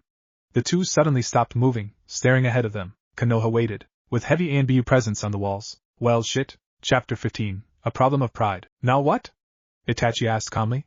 He was sure his blonde companion had a plan. Naruto always had a plan. The blonde was rubbing his chin thoughtfully. He had an idea, but no solid plan just yet. Kakashi's incapacitated, he mumbled to himself. Guy's half dead. Two-chan isn't strong enough, and I can't do it myself. What are you planning? Itachi asked, suddenly very nervous and suspicious. Everyone he just listed were jounin. Both were surprised by a voice that appeared next to them, as though with the Shenshin no Jutsu. Huh. Sensei must have stepped up security. Is he expecting an attack? Naruto turned mechanically to face the speaker, his eye twitching. Jiraiya. So nice of you to suddenly appear just when I need someone as strong as you. Jiraiya jumped a bit, not having noticed the two he appeared next to. He recognized Itachi, but stopped himself from swinging, seeing as Heather was moving. Aside from the eye twitch on the blonde, who looked vaguely familiar. Who, that can wait. For now, I need you to shut up and play along. Gaki, do you know who I am? He said, puffing out his chest and glaring. Yes, I do. And I will deal with it later. But right now, we need to get him. He jabbed his thumb at the Uchiha. To the Hokage Tower, to speak to your sensei. So, I'm going to make him and myself look like we had our asses handed to us, and you're going to lead him through the village tied up. Naruto-kun, Itachi said suddenly, frowning fiercely. Jiraiya's eyes grew wide as the boy's name was said. I don't, stow it. The story is I was out for a run, and you found me and beat me to hell. Jiraiya found us just as you were about to kill me, beat you to hell, and tied you up to bring you in. We traipsed right through the village proper, no muss, no fuss, no sneaking past the heavily anbu guarded walls. Now hold still, I need to make you look like you got pummeled. Itachi opened his mouth to argue, his scowl growing, when the blonde suddenly slugged him across the jaw, effectively shutting him up. Naruto made quick work of making Itachi look like a bruised, bloody, and beaten prisoner, before smearing a lot of dirt on him, then tying his hands, and slapping a fake chakra restriction seal on him for good measure. He then created a shadow clone, who immediately, with a rather disturbing smile, made the original look much the same. I'm not sure how I feel about his plan, Gaki, Jiraiya said uneasily. Isn't he an S-ranked nuke? Naruto rounded on the Sannin with a glare, causing the man to shiver. You don't have a choice, Jiraiya. Either you help, or I let every woman in the village know you're in town. Fuck. Fine. Growled the perverted toad sage. He already hated the kid. The three made the short trip to the road, backtracking to appear further down, and not right in front of the gate, with Itachi slumping his shoulders, and Naruto looking extremely defeated. His clone had done a number on him. They walked right up to the gate, causing Izumo and Kotetsu to gape stupidly. Hey guys, Naruto said weakly. Jiraiya of the Sannin, escorting a prisoner to the Hokage, and a stupid Gaki who slipped out, Jiraiya said calmly, tugging the rope in his hand a little, causing the Uchiha to stumble. Curse Naruto-kun, and his insanely good prisoner not. The man thought as he nearly fell on his face. Izumo nodded and waved them through, his mouth hanging open. Kotetsu stepped in front of Itachi though, a fire in his eyes. This is for Narumi, he growled as he drove his fist as hard as he could into Itachi's gut, doubling him over. He was strong for a chunin. Naruto hid his grimace. Itachi hadn't killed Uchiha Narumi, who had been dating Kotetsu. Naruto had. But he wasn't saying so. Get this scum out of my sight, the bandaged man snarled, returning to his spot. The trio continued down the road, villagers and shinobi alike quickly noticing. They soon had a crowd surrounding them, throwing things at the bound Itachi. They were 4 blocks from the tower when Jiraiya decided enough was enough. Enough! He roared, releasing copious amounts of killer intent. Don't you all have things to do? The crowd quickly dispersed, not wanting the man mad at them. The group reached the Hokage Tower without any more problems. Once inside, they were suddenly surrounded by 4 anbu, who escorted them to Hiruzen, who was sitting behind his desk, rubbing his temples and smoking his pipe. Naruto-kun, I love you, but you are a pain in my ass. Anbu, you may go. The Black Ops members nodded, saluted, and left in short order. Naruto immediately broke into a large grin as Hiruzen activated the privacy seals in the room, and placed the security seal on the wall as well. Oh, come on, Gigi. Things would be boring if I wasn't around. Exactly, the old man sighed. And oh how I would relish the silence. The blonde pouted at that. Itachi pulled his bound wrists to his chin and coughed into his hands. Ah, Itachi-kun. I'm so sorry, I didn't see you there. Hiruzen said brightly, with the fakest grin any of the 3 other people had ever seen plastered on his face. I'm sure, Hokage-sama. Now, could you please explain what happened? Naruto gave me the basics, but I'd like a more detailed reason I'm back. And Naruto-kun? The Jinchuriki looked at him with a foxy grin. The Uchiha smiled creepily, causing a shiver to run down both Hiruzen and Jiraiya's spines. Get this rope off my fucking wrists. Naruto shrugged nonchalantly and flicked a senbon at the ropes, weakening them so Itachi could pull them apart, which he did immediately. He sat in an available chair as he rubbed his wrists to get circulation back as Hiruzen began speaking. Well, Sasuke-kun walked into Naruto-kun's hospital room in the middle of a discussion pertaining to the Uchiha massacre. Yeah, because you forgot security seals, grumbled Naruto with his arms crossed. Jiraiya moved to bonk him on the head, but found instead several senbon raised in a fist, ready to impale his knuckles. I'm not a civilian, Jiraiya. It'll take a lot more than that for me to be hit on the head, the blonde growled without looking. The white-haired man just scowled, and when he refused to accept the truth, Hiruzen continued with a mild glare at the duo's antics. Naruto-kun became very annoyed. Putting it mildly, snorted Naruto, and left to apparently retrieve you to verify his story, without first consulting whether or not this would have any negative repercussions. Like extra paperwork for me, he added with a barely concealed hateful glare at his grandson. The boy shrugged. You do it all with Kage Bunshin anyway. You are very disrespectful to the leader of the village you live in, Gaki. Don't you know he could exile you? Jiraiya ground out. Naruto looked up at him, his sleeveless hoodie vest flopping with emotion. You do realize he's my grandfather, don't you? On top of that, I seriously doubt he's going to exile the only Jinchuriki he's got just because of a bit of sass. Jiraiya's response was to very impressively imitate a fish out of water. Asuma adopted him, and he's known about the Kyuubi for Hiruzen ventured. 5 years, Naruto finished. I've been training with him for 4, and probably know as many Kat-on jutsu as all 3 of you combined, he said with a gesture to all 3 men. Itachi raised an eyebrow. Speaking of which, Naruto said brightly, lifting his right index finger in realization. He then turned to Jiraiya with the creepiest, most sadistic smile in existence, causing Hiruzen and Itachi to be immensely grateful they weren't the Toad Sage. I still have to pay you back for 12 years of neglect, Naruto declared as though he was giving the greatest gift in the world. The perverted sage paled so much, his hair looked dark. What do you mean? He stammered, breaking into a cold sweat. Oh, I think you know, Godfather, Naruto said with the same tone and smile. He would make both Orochimaru and Enko equally proud and terrified with that. Thought the 2 older occupants of the room, somewhere in the land of rice paddies. Hitchu, Gesundheit. Oh, thank you, Kabuto-kun. It seems the allergens are out in force this season. I'll get the serum, Orochimaru-sama. Thank you. A loud scream echoed through empty halls. Oh, do make him be quiet while you're at it. Hi, back in Konoha Enko's favorite dango shop. Ayachu. Sneezed a purple-haired Tokubetsu jounin with a dango stick poking out of her mouth. Bless you, said a surprised Ravenet with red eyes. The violent sneeze had interrupted her spiel about Asuma. Thanks, Nai-chan, replied the other, rubbing her nose and sniffing a bit. So, what were you saying? Oh yeah, he's just so the first zoned out again after that, thinking about a certain blonde. Back in the Hokage's office. Listen, Gaki, I think that I've got the wrong person? Asked Naruto, still smiling, as he took a step forward, forcing the Sannin to retreat a step. Nope, you're not weaseling. Here, Itachi couldn't help but snicker a bit. Out of owning up to your responsibilities any longer. Naruto punctuated his declaration by lifting his hand, palm outward, vertically toward the man. When Jiraiya bolted for the door, Naruto tracked him, as a dark, swirling ball of compressed demonic energy appeared in his hand. His fingernails grew into claws around it as his slender fingers wrapped around the destructive little sphere. Then, he sprinted after Jiraiya, who had kicked the door down and bolted down the hall. Mini Bijidama, someone help me!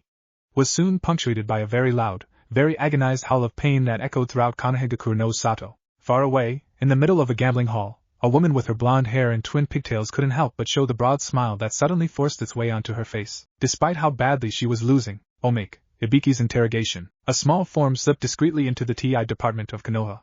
It was completely shrouded in darkness. I don't know why Gigi insists I get this eye evaluation done before I'm allowed to join the NBU, thought one Uzumaki Sarutobi Naruto as he sneaked past several jounin and Tokubetsu jounin. He preferred anonymity, considering his Shinbai record was an SS rank secret and he was basically a shadow. He didn't exist inside the standard shinobi system, and he wasn't openly registered.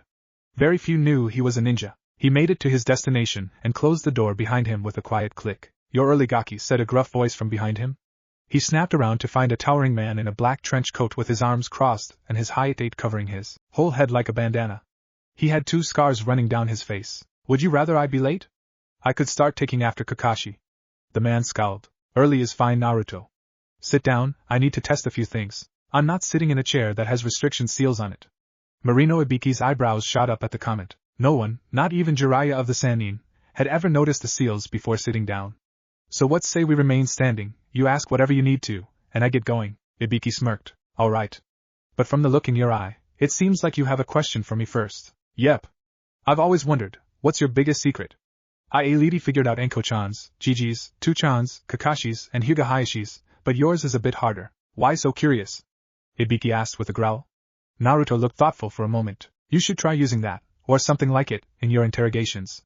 But like, put emphasis on the H and Y, and say the last bit all drawn out a hissy. Try serious instead of curious, he said, causing Ibiki to nearly face fault. Plus, it's just a hobby of mine. It's not like I'll tell anyone. I just like to know about people around me. Ibiki nodded at the response, but was giving serious consideration to the boy's suggestion. He was muttering under his breath, trying out different ways of saying it, like the blonde suggested. Naruto grinned. What ya got so far? Imagine the scene from The Dark Knight where Joker is telling his story to Gamble. Why so serious? Noise, Naruto nodded approvingly. Anyway, the secret? Why should I tell you? Would you rather buy me ramen? Ibiki turned deathly pale and broke into a cold sweat. He knew quite well about the boy's habit. It was said to be worse than Anko's, and he'd had to pay for Anko's dango once after losing a bet. He'd been broke for a week. He could only imagine how long he'd be in debt if he paid for Naruto. You see, can't make me do either, Ibiki said shakily. Naruto grin became sinister. My Gigi is Hokage. He could order you to pay for my ramen as punishment for something. He's done it to Kakashi more than once for his tardiness. Ibiki gulped loudly. He'd always thought those stories were just that, stories. Or you could just spill and I'll be on my merry way, and you keep your wallet full. Ibiki saw no other choice. Alright. Heavy sigh inserted here. My biggest secret is, Chapter 16, Team 12. Jozen's rage. It had been 3 months since Itachi returned, and Sasuke had finally accepted the truth, with many headaches on Naruto's part. The Uchiha brothers were living together, but Itachi and Naruto were both jumpy. They had yet, in 3 months, to see Jozen and Kisa, despite how quickly the news of the Uchiha's return spread. Naruto, Itachi, Sasuke, and Asuma were currently in the market, getting ingredients for a dinner at the Sarutobi house, when a violent fit of coughing and wheezing, which couldn't possibly belong to Gekko Hate, as he was out of the village, caught their attention. Jozen, a feminine voice clucked sternly. I told you to take your medicine before we went out in public. I'm fine, Kisa, panted an obviously very tired male voice. It hasn't killed me yet. Itachi stiffened a little. Glares he quickly got used to. But his genin team? Naruto? He said lowly. The blonde hummed, watching for the duo. What rank are Jozen and Kisa, Jounin and Shunin? The Uchiha cursed quietly. But not quietly enough. Jozen? What's wrong? Limit break, Comet! Came a loud cry, followed by a wave of dense chakra. Itachi didn't have time to even flinch before a fist buried itself in his face, sending him backwards into a wall. Where he stood, there was now a tall, dark-haired young man with fury in his eyes. He stood a moment longer, before hunching over and coughing violently into his hand. When he rose, wheezing heavily, he looked to his target, but only saw a log. A heavily splintered, sad little log. Coward! He roared as a young woman about his own age, standing about 5 feet 2 inches, ran up to him and swatted him on the arm, which he ignored. Come out and face me, sensei. He spat the word with such malice. A ring was quickly cleared around him. The civilians and shinobi alike knew of this man's temper. Itachi felt his heart break as he shunshined in front of his student. Jozen. I see you've grown. The young Jounin spat at Itachi's feet. Everyone noticed the ball of saliva was mostly red, but none dared comment. You have the nerve to show your face here after what you did? What you put us through? Shimizu Kisa was silently standing to the side, trying to decide between stopping the Sakazu, or joining him. We were treated like scum, because you mentored us, continued the towering man. Despite being only 16, he was already easily 6 foot. Itachi noted his glasses were gone. We were more hated than Anko-sensei. It was not my intention for my actions to impact you. The calm response seemed to finally set the teen off, because he bolted forward with a roar, a tanto leveled to pierce Itachi's heart. Limit break, demon! Came the belated cry, which caused Kisa to gasp loudly and cover her mouth, tears welling in her eyes. Itachi jumped away, and lucky thing, considering where Jozen had just stabbed was literally disintegrating under the force of the impact. Moments after his attack, Jozen doubled over on his knees, and hacked up a wad of blood. Jozen, stop! Naruto cried, finally deciding to intervene. The Kekkei Genkai user just glared at him with one eye, the other being closed in pain as his right arm wrapped around his abdomen. If you use it any more, it will kill you. I didn't care, panted Jozen as he rose unsteadily to his feet. He needs no answer for breaking Kisa's heart. He needs to be punished for getting Shikoza killed. He didn't mean to do either, Jozen. The man fell to one knee in pain with a hiss, tears leaking down his face. Kisa ran to him, fussing. She completely ignored Itachi as she ran right past him. She reached into a pouch and pulled out some pills, trying to push them into Jozen's hand or mouth, but he struggled to rise and forced them away. This isn't about either of them, is it? Itachi said quietly. Jozen snapped a glare to him. You're mad at me for what I did to you. Shut up. Jozen rushed his former teacher once more, but was stopped when Itachi buried his fist into Jozen's gut. He doubled over the arm. I didn't mean to abandon you, Jozen. I didn't keep my promise, and I'm sorry. He set his student down as Kisa came up next to him and began shoving a couple pills down the panting Jounin's throat, while simultaneously activating a mystic palm jutsu to try to heal him. When did you become a mednin? Itachi asked calmly as he stood back from his students. Right after you left, spat Kisa. She'd finally managed to even out Jozen's breathing, and he was unconscious. She stood and tried to lift the man, so as to take him back to his apartment. Naruto moved forward to help, but she smacked at him with a growl. I can do it. How bad has he gotten? Itachi asked softly. The question caused Kisa to tear up. She turned away slightly as she adjusted Josen's arm around her shoulder. Bad enough that the only person able to help him is Tsunade. Now I have to get him home. With that, she began in the direction of the Jounin housing, Josen's feet dragging, considering his much greater stature. Itachi barely managed to suppress a small sob at the news that his student was dying. He fought, but his weakened immune system was waging a war of attrition. Cell by cell, organ by organ, Josen was dying. His chakra was poisonous to him, and his body was fighting itself. The man's very chemistry was ripping him apart. It seemed he would lose another person he cared about. Nissan, who were they, and why did he attack you? Sasuke asked. Everyone had totally forgotten the boy was even there. Asuma coughed as he rested his hand on Naruto's shoulder. Let's head home, Naru. I'm sure sis is ready for these ingredients. Good idea, replied the blonde, before they both beat a hasty retreat, leaving Itachi with his brother. Chickens. Sasuke, those were two people I mentored when I was a Jounin. The younger's eyes widened, before Itachi noted everyone around them was still staring. He released a bit of his ki with a glare. Don't you all have somewhere to be? The crowd quickly dispersed. You taught a genin team? Hi. Itachi was fully unprepared for the swift kick in his shin, which made him double over to clutch the injury. And yet you never had time to teach me anything? Bit out Sasuke. Hey, just because he accepted the truth, didn't mean he totally forgave his older brother for everything. Itachi frowned at his beloved little brother. Ototo, I taught you more than you know. Plus, I didn't request to be a sensei, Hokage-sama ordered me to. But if you feel that strongly about it, I'll begin teaching you. It's no use now, Sasuke said with a huff. Naruto is already training me. He turned away and crossed his arms. His high-collared blue Uchiha shirt shifted with the motion. Itachi's eye twitched violently. He's what? Sasuke smirked, knowing he'd struck a nerve in his older brother. Vengeance was so sweet. Chapter 17, Poker Night with Naruto. 3 years. Naruto, are you okay? Sasuke asked as he watched the blonde playing shogi with Shikamaru. Oh yeah? I just realized tomorrow is graduation. 3 of the worst, but also somehow the best, years of my life end tomorrow. If one looked closely, one could see a solitary tear trickling down the blonde's cheek, shining, bright, and innocent, before it got rudely crushed by a roughly calloused hand that the Jinchuriki had discreetly put up to his face in his thinking pose, as his friends had dubbed it. Then he made a move with a knight that made the Nara grip his hair in frustration. Checkmate.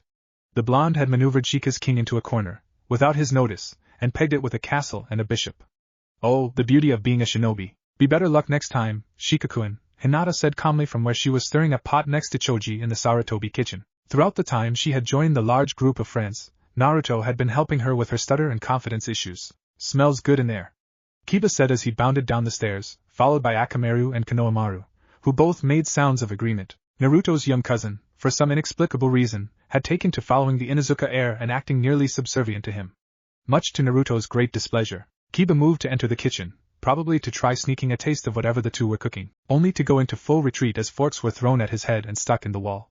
He hid behind Naruto. Kona, go wash up before the heads arrive, Naruto said to his cousin calmly as he folded up the shogi board. Though he had been following Kiba, Konohamaru knew better than to listen to him over Naruto, and so rushed back up the stairs to clean himself and get on fresh clothes. Tonight, the Sarutobi house would be full of important clan heads, the most powerful people in Konoha.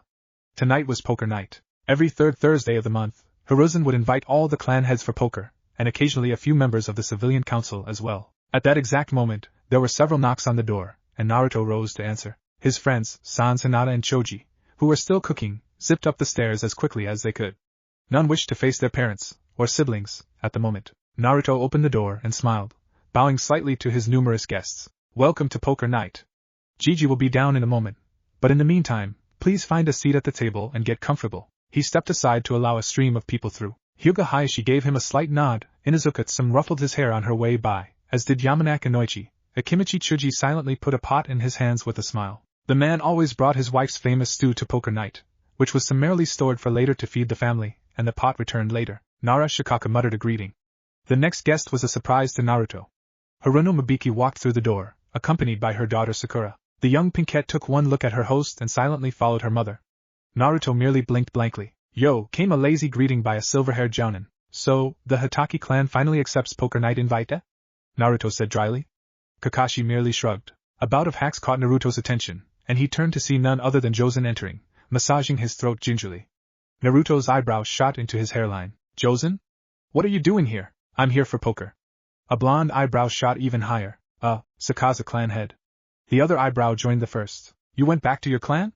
Josen grimaced. Didn't have much choice after my old man croaked, and the clan elders couldn't agree on anyone else to replace him. So they sent out a desperate plea to the clan heir, me, to return and assume, how did they put it, my rightful, required, and righteous position as the most noble clan head of the great Sakaza clan. Frankly, it's a bigger pain than having Kisa on my case for forgetting my medication, but it's worth it to be able to sit in on the highest stakes poker game in the village. I've been wanting in on the Kage shuffle for years. Naruto couldn't help but chuckle as he waved the man through. Heads up, Jozen. Michan is coming too. Jozen grunted. Sensei and I have reached an understanding. Plus, I really don't want to mess tonight up. The tall Jounin rubbed his hands together and smiled almost lecherously. Poker with the Hokage, wonder if my luck will hold. He left through the door to the poker parlor to find a seat. Itachi immediately walked in the front door, smiled slightly at Naruto, and continued to his seat. Naruto waited a moment longer, then closed the door, seeing no one else approaching. Damn, Gigi was hoping the Hibi clan head, Danzo, and Shibi would show. They never come to poker night. You just want to fleece them for everything they've got and then some. Naruto would not dispute Kurama's claim. He turned into the parlor to see everyone seated, leaving 3 chairs open, and Choji was already putting out the snack trays. Hiruzen and Asuma both quickly descended from upstairs and took their seats. Naruto grinned maliciously as he took the final seat. The Haruna woman looked like she was about to start screaming. Naru wasn't born into the Sarutobi clan, Mabiki. He's not legally, nor can he be the clan heir. He can, however, represent his own birth clan, the Uzumaki. Asuma yawned, cutting off her explosive outburst. I don't care so much about that, as about the fact that he's a child. Haruno Mabiki was many things: mother, widow, councilwoman, and a brutal haggler among them. However, petty was not one of them. She had never, in the few dealings she'd had with Naruto, ever blamed him for the Kyuubi's actions. She had much the same outlook about the blonde as Hayashi did. She disliked him for his pranks. Naruto smirked at the woman. What's the matter? Afraid you'll lose a friendly game of poker to a teenager? Several snorts of laughter went off around the table. Friendly, my ass, muttered Sum, still sore about the money she'd lost the previous month to Choza. Naruto baka. My mom isn't afraid of losing to you at cards. Cha. She'll wipe your stupid toad wallet dry. 3 guesses. Sakura, I appreciate your opinion, but I will ask you to lower your volume several octaves, as we are indoors, Naruto said coolly. And before you start yelling at me, let me remind you we are in my house, and I would be well within my rights to throw you out on your ass. Hiruzen and Asuma said nothing. Technically it was Asuma's house, seeing as he was the Sarutobi clan head, but they wanted Naruto to be able to get his point across. More snorts of laughter. Sakura turned red, but kept her mouth shut as she glared at Naruto. His response was a superior and condescending smirk. Let's get the game underway, shall we? Asked the aged Hokage, as he shuffled and dealt out the cards. Hinata chose that moment to walk out, greet everyone, then promptly ignore them and call up the stairs. Food's ready. Any questions were cut off by the stampede of teenagers to the kitchen from upstairs. Kiba, Sasuke, Ino, Shino, and Konohamaru rushed past, with Ino lugging Shikamaru, and disappeared into the kitchen/dining room. The adults blinked stupidly, then looked after the retreating form of the Hyuga heiress. Was that Shibi's boy? Inoichi was the first to speak. Naruto nodded as he looked at his hand. Yeah, Shino comes around here a lot lately. If you'll excuse me a moment. The blonde got up from his seat and vanished into the kitchen, to return a moment later carrying a bowl. Some stomach growled, indicating she smelled the food from the opposite end of the room. That has got to be the best smelling curry I've ever sniffed. Naruto took a bite of his food with the spoon, not really paying attention to it, while looking at his hand again. He swallowed before answering. It's not curry. It's some recipe Hinata-chan found at Leaf Pages while looking for a scroll about genjutsu. She said it's called gumbo. Several stomachs growled as the smell permeated the room. But dinner wasn't served for the poker players until the 10th hand. Naruto refrained from telling them that they could actually get some before it was brought out to them. He wanted to see the tortured expressions. Where are your bowls and spoons, Hokage-sama? Jozen piped up, leaning forward. The others, sans Kakashi, looked at him, scandalized. Jozen, we aren't served until the 10th round, Kakashi said in a bored tone. Jozen shrugged. What's to stop us from getting it ourselves? I'm not going to sit around and wait for someone to cook, plate and serve me food when I can do it myself. Young man, that is exactly what a clan head does, Hayashi said blandly as he indicated to the Hokage, the dealer, that he wanted a card. Jozen snorted and gave the stay motion. Whatever. I'm getting some. The bowls and spoons, Hiruzen? He repeated, dropping all sense of formality. He'd always adjusted quickly to a new situation. Hiruzen smiled. Bowls are in the cabinet on the right, spoons are in the drawer right below it. Konohamaru can show you. Jozen nodded, rose and exited. He returned a few moments later toting a bowl, and returned to his seat, immediately digging in, while still paying attention to the game, which it quickly became apparent was most likely going to him. He had 2 kings. All right, everyone is staying, reveal. Came the command of the dealer, who had a queen and a 9. Jozen was right, he won the hand. The pile of Ryo was pushed toward him, and the next hand began. This time, Naruto immediately won. He threw down his ace and 10 with a triumphant yada. The small pot, about 1,000 real from each person, was pulled to the excited blonde. Asuma and Hiruzen hid their smirks. The men, and women, around them would swear by the end of the night to never come to poker night again, but they'd be back again next time, hoping to win back their dignity. The next few hands were split, nearly even between the blonde and the Sakazu. Asuma was stunned that anyone had Naruto's luck tied. Only 2 hands had gone to either of them, and they both went to Hayashi. By the time the food was brought out, Chozo was out of money for the trip, and merely sat back to watch the others tear their hair out. Tsum was the first to crack under the pressure of Naruto and Jozen's insane luck. That and she was out of money, but wanted a chance to win something back. She stood with a snarl and slammed her hand down on the table. I'm putting the Inuzuka clan jutsu library on the table. Hayashi choked on a bit of chicken in his gumbo, Inoichi turned deathly pale, Shikaku sat up straight, wide awake, and Chozo spewed some of his tea over Inoichi. But Naruto and Jozen both lit up like fireworks. After his airway was cleared, with the help of Asuma, Hayashi began sputtering. Are you insane, woman? You'd put your clan secrets at stake over a card game? Tsum leveled a heated glare at him. You were about to do the same, and you know it. Hayashi grumbled under his breath, but no one heard a denial. Is that allowed? Jozen asked casually, trying not to bounce in his seat. The Inuzuka jutsu combined with his limit break would be nigh unstoppable. Naruto was thinking something similar, but with his shadow clones. Hiruzen nodded sagely and took a pull from his pipe. Technically, we never put rules forbidding it. I just didn't think anyone would do it again after Fugaku lost the Uchiha library to Asuma several years ago. Cue a loud groan and the sound of palm introducing itself to face. A few of the people present had to snicker at Itachi's reaction to the news. I was wondering why he was making copies of every scroll we had. Anyway, let's go. Jozen practically radiated enthusiasm. I'll sit this one out, Itachi said, blowing lightly on his spoonful of hot rice and gumbo. Me too, Inoichi said tartly, pushing away his empty bowl. Everyone else was quickly dealt, and the oddest thing to happen in the history of poker happened. Blackjack! Came 2 simultaneous cries of triumph. Both Jozen and Naruto had been dealt a face and an ace. Tsum paled and nearly squiggled out of her seat in a puddle. Shikaku, who had been gaping stupidly at both winning hands, tried reattaching his jaw. Wow, Kasen has to make 2 copies of every scroll. Man, that sucks, especially considering I'll probably have to help her, came the impressed drawl of Kiba. The adults all looked up to notice that their children had joined them in the parlor, with the 6-year-old Konohamaru having climbed up into Hiruzen's lap. Why is Aji-san playing as Sarutobi head anyway? Wouldn't Gigi be clan head? Sasuke asked, cocking his head slightly, and Sakura, who until that point had been sitting quietly, watching everything at the table, not having seen him in the stampede earlier, jumped up and latched onto his arm, with hearts for eyes. Sasuke-kun! No matter how the younger Uchiha tried prying his arm out of the vice grip, the latch just got tighter and tighter. After several frantic eye exchanges with Naruto, and a quick flurry of kawarimi, Naruto sat back in his spot, Sasuke was next to him, and Sakura was obliviously hugging Ino's arm hard enough to cut off circulation. Forehead, let go of my arm. Ack. It's turning blue. Daddy, help. Sakura snapped her eyes open and quickly released the blonde, looking around frantically for Sasuke. She saw him looking over Naruto's shoulder at his next hand of cards, which had been whittled down to Jozen, Naruto, Kakashi, and Shikaku. So is anyone going to answer my question? Sasuke asked. No one detected any trace of a demand or the arrogance they had expected. The Shodai made a law that the acting Hokage can't be a clan head, because it would give them 2 separate votes in council meetings. Naruto yawned. As expected, the Nine was more than happy with this, because he was clan heir for the Senju at the time, because Hashirama had no children at that point. Sasuke just grunted in understanding as the game continued. He also evaded every other attempt Sakura made at getting near him, by staying close to Naruto, who Sakura was scared of for some odd reason. Eventually, after 3 more hands, the players had dwindled to just the blonde and the sickly man. They eyed each other critically. What say we call it a night before we end up bankrupting the whole village? Jozen finally proposed. Naruto nodded acceptance, and the entire room, sans one clueless 6-year-old, exhaled a collective breath of relief, which was quickly sucked back and through their asses when the 2 turned to Tsum with malicious, sadistic smirks. Oh crap. Chapter 18, The Plot. A new perspective. I was walking through the streets, heading to the tower, and I could feel the glares and hear the whispers. They let it become a genin? Are they insane? They can't possibly think that's a good idea. I turned a blank, emotionless eye to the person who had just spoken. The words cut deep, but I had learned long ago to not let anyone know how affected I was by their hateful words and total exclusion of me from their society. You're bothering me, I said casually, and flicked my wrist at the offender. The man screamed as my sand wrapped around his leg and crushed it, mangling it beyond recognition as a limb. Next time, I won't be so generous.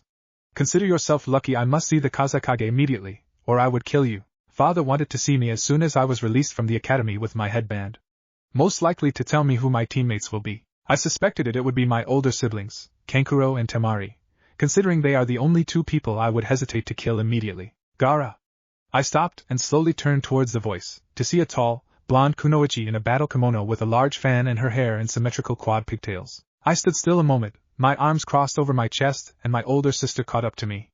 I gave a slight nod of my head in greeting. Temari. I heard you passed. She noticed my hiatate on the shoulder strap of my gourd mount, and smiled slightly. Temari was the only person in all of Suna who made some small effort to be nice to me and actually interact with me beyond fear or anger. Thus, despite past experience with my uncle Yashimaru, I opened up to her somewhat. She had some inkling of my torture, of how isolated I was, and how much that hurt me. Yes, I was on my way to see the Kazekage. I suspect you were as well, and I have a feeling Kankuro is waiting for us. Nothing gets past you, Otoro. Kazekage-sama has decided we will be a team, hence why Kankuro and I were both held back from the Chunin exams. But as for this meeting, I have no idea. Then let us not keep him waiting, and find out what it is, I drawled. Temari nodded and we walked on without another word. When we finally reached the Kazekage Tower, placed dead center of Sunagakure, my brother Kankuro, a semi-tall teenager who always wore a black full-body suit and a black cap that gave him cat ears, and carried his puppet crow on his back, mummified in bindings, was leaning against the wall outside, picking at his fingernails with a kunai knife. Kankuro, I said hesitantly, hoping for a better reaction than the last time we saw each other. I was sorely disappointed, because he snapped his head up to look at me, his eyes wide and fearful, and his skin white as a sheet. Jigara hey, I sighed to myself and continued past, into the reception area. I'd probably give up my teddy, which I totally did not have stashed under the bed I never slept in a floor-mounted safe, just for my brother to treat me as a sibling instead of a monster. Or I might just try buying him a puppet. That might work. We entered the Kazekage's office, and I was immediately on guard. A man I had never met was sitting across from my diminutive father, one leg over the knee of the other. He chuckled evilly as he noticed me tensing. Kukukukuku, hello Garakuen. Who are you and what do you want? I monotoned. The Kazekage coughed into his hand. I turned to him with a mild glare. Gaara, this is Orochimaru. My eyes widened fractionally, and I heard my siblings gasp. He has proposed a plan that we would be very unwise to decline. Yes, I just enlisted your village's help in attacking Konoha during the Chunin exams in 4 months. And you, Gaara, will be the greatest weapon. No, my siblings stiffened in fear. My father glared at me, but Orochimaru merely looked curious. I refuse to help you attack one of our allies. Kill me or arrest me for insubordination, but I will not help you. The snake of trees looked at me appraisingly, then rose and exited without a word. When he was gone, the 3 other room occupants, plus the hidden Suna and BU, all released a collective breath I didn't realize they were holding. Gaara, are you insane? I leveled my emotionless gaze at the Kazekage, who flinched when he realized the question. He could have killed all of us. And how do you think Konoha would act if we did betray them? Do you really believe, even with the Odo shinobi force he likely promised, the Kazekage's eyebrows shot up and I knew I was right, that we can defeat Konoha? They're hailed as the strongest of the 5 great shinobi nations for a reason.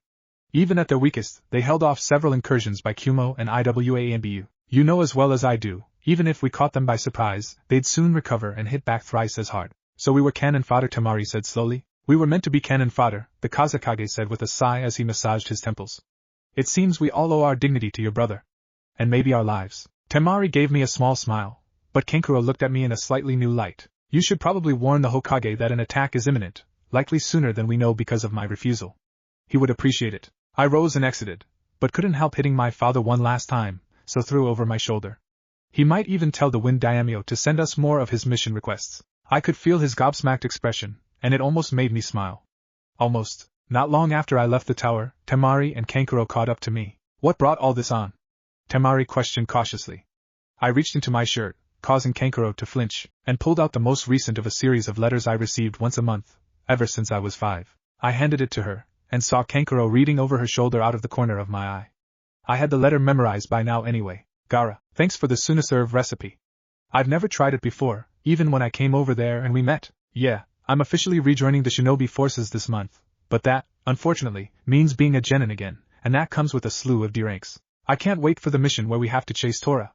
My teammates are going to be so pissed when I catch her in 3 seconds after 3 hours of their fumbling attempts. Little hint for when you have to chase your daimyo's wife's cat, don't work on what I taught you with it. Anyway, I sent you, on a little flashcard, the recipe for Konoha's most famous dish. It took me hours and a lot of pleading, but old man Ichiraka finally coughed it up when he learned one of my friends had never had ramen before.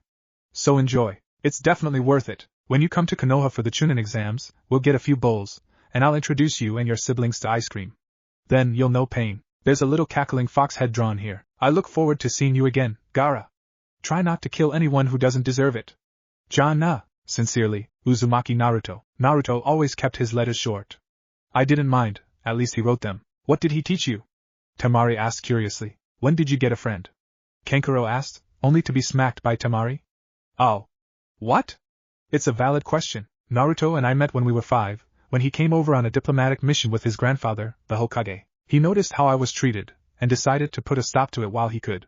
So, he introduced himself, got permission to walk around with me, and we spent 3 days talking. Kankuro's jaw hit the ground, and considering by now we had made it to our house, I let loose a little. I chuckled at the sight. Which made his eyes bug out, which made me actually laugh. He fell over like he was having a heart attack. So what did he teach you? Temari asked again. I just smirked. You'll see when we get to mission. Temari just grumbled and stormed off to her room, after returning my letter.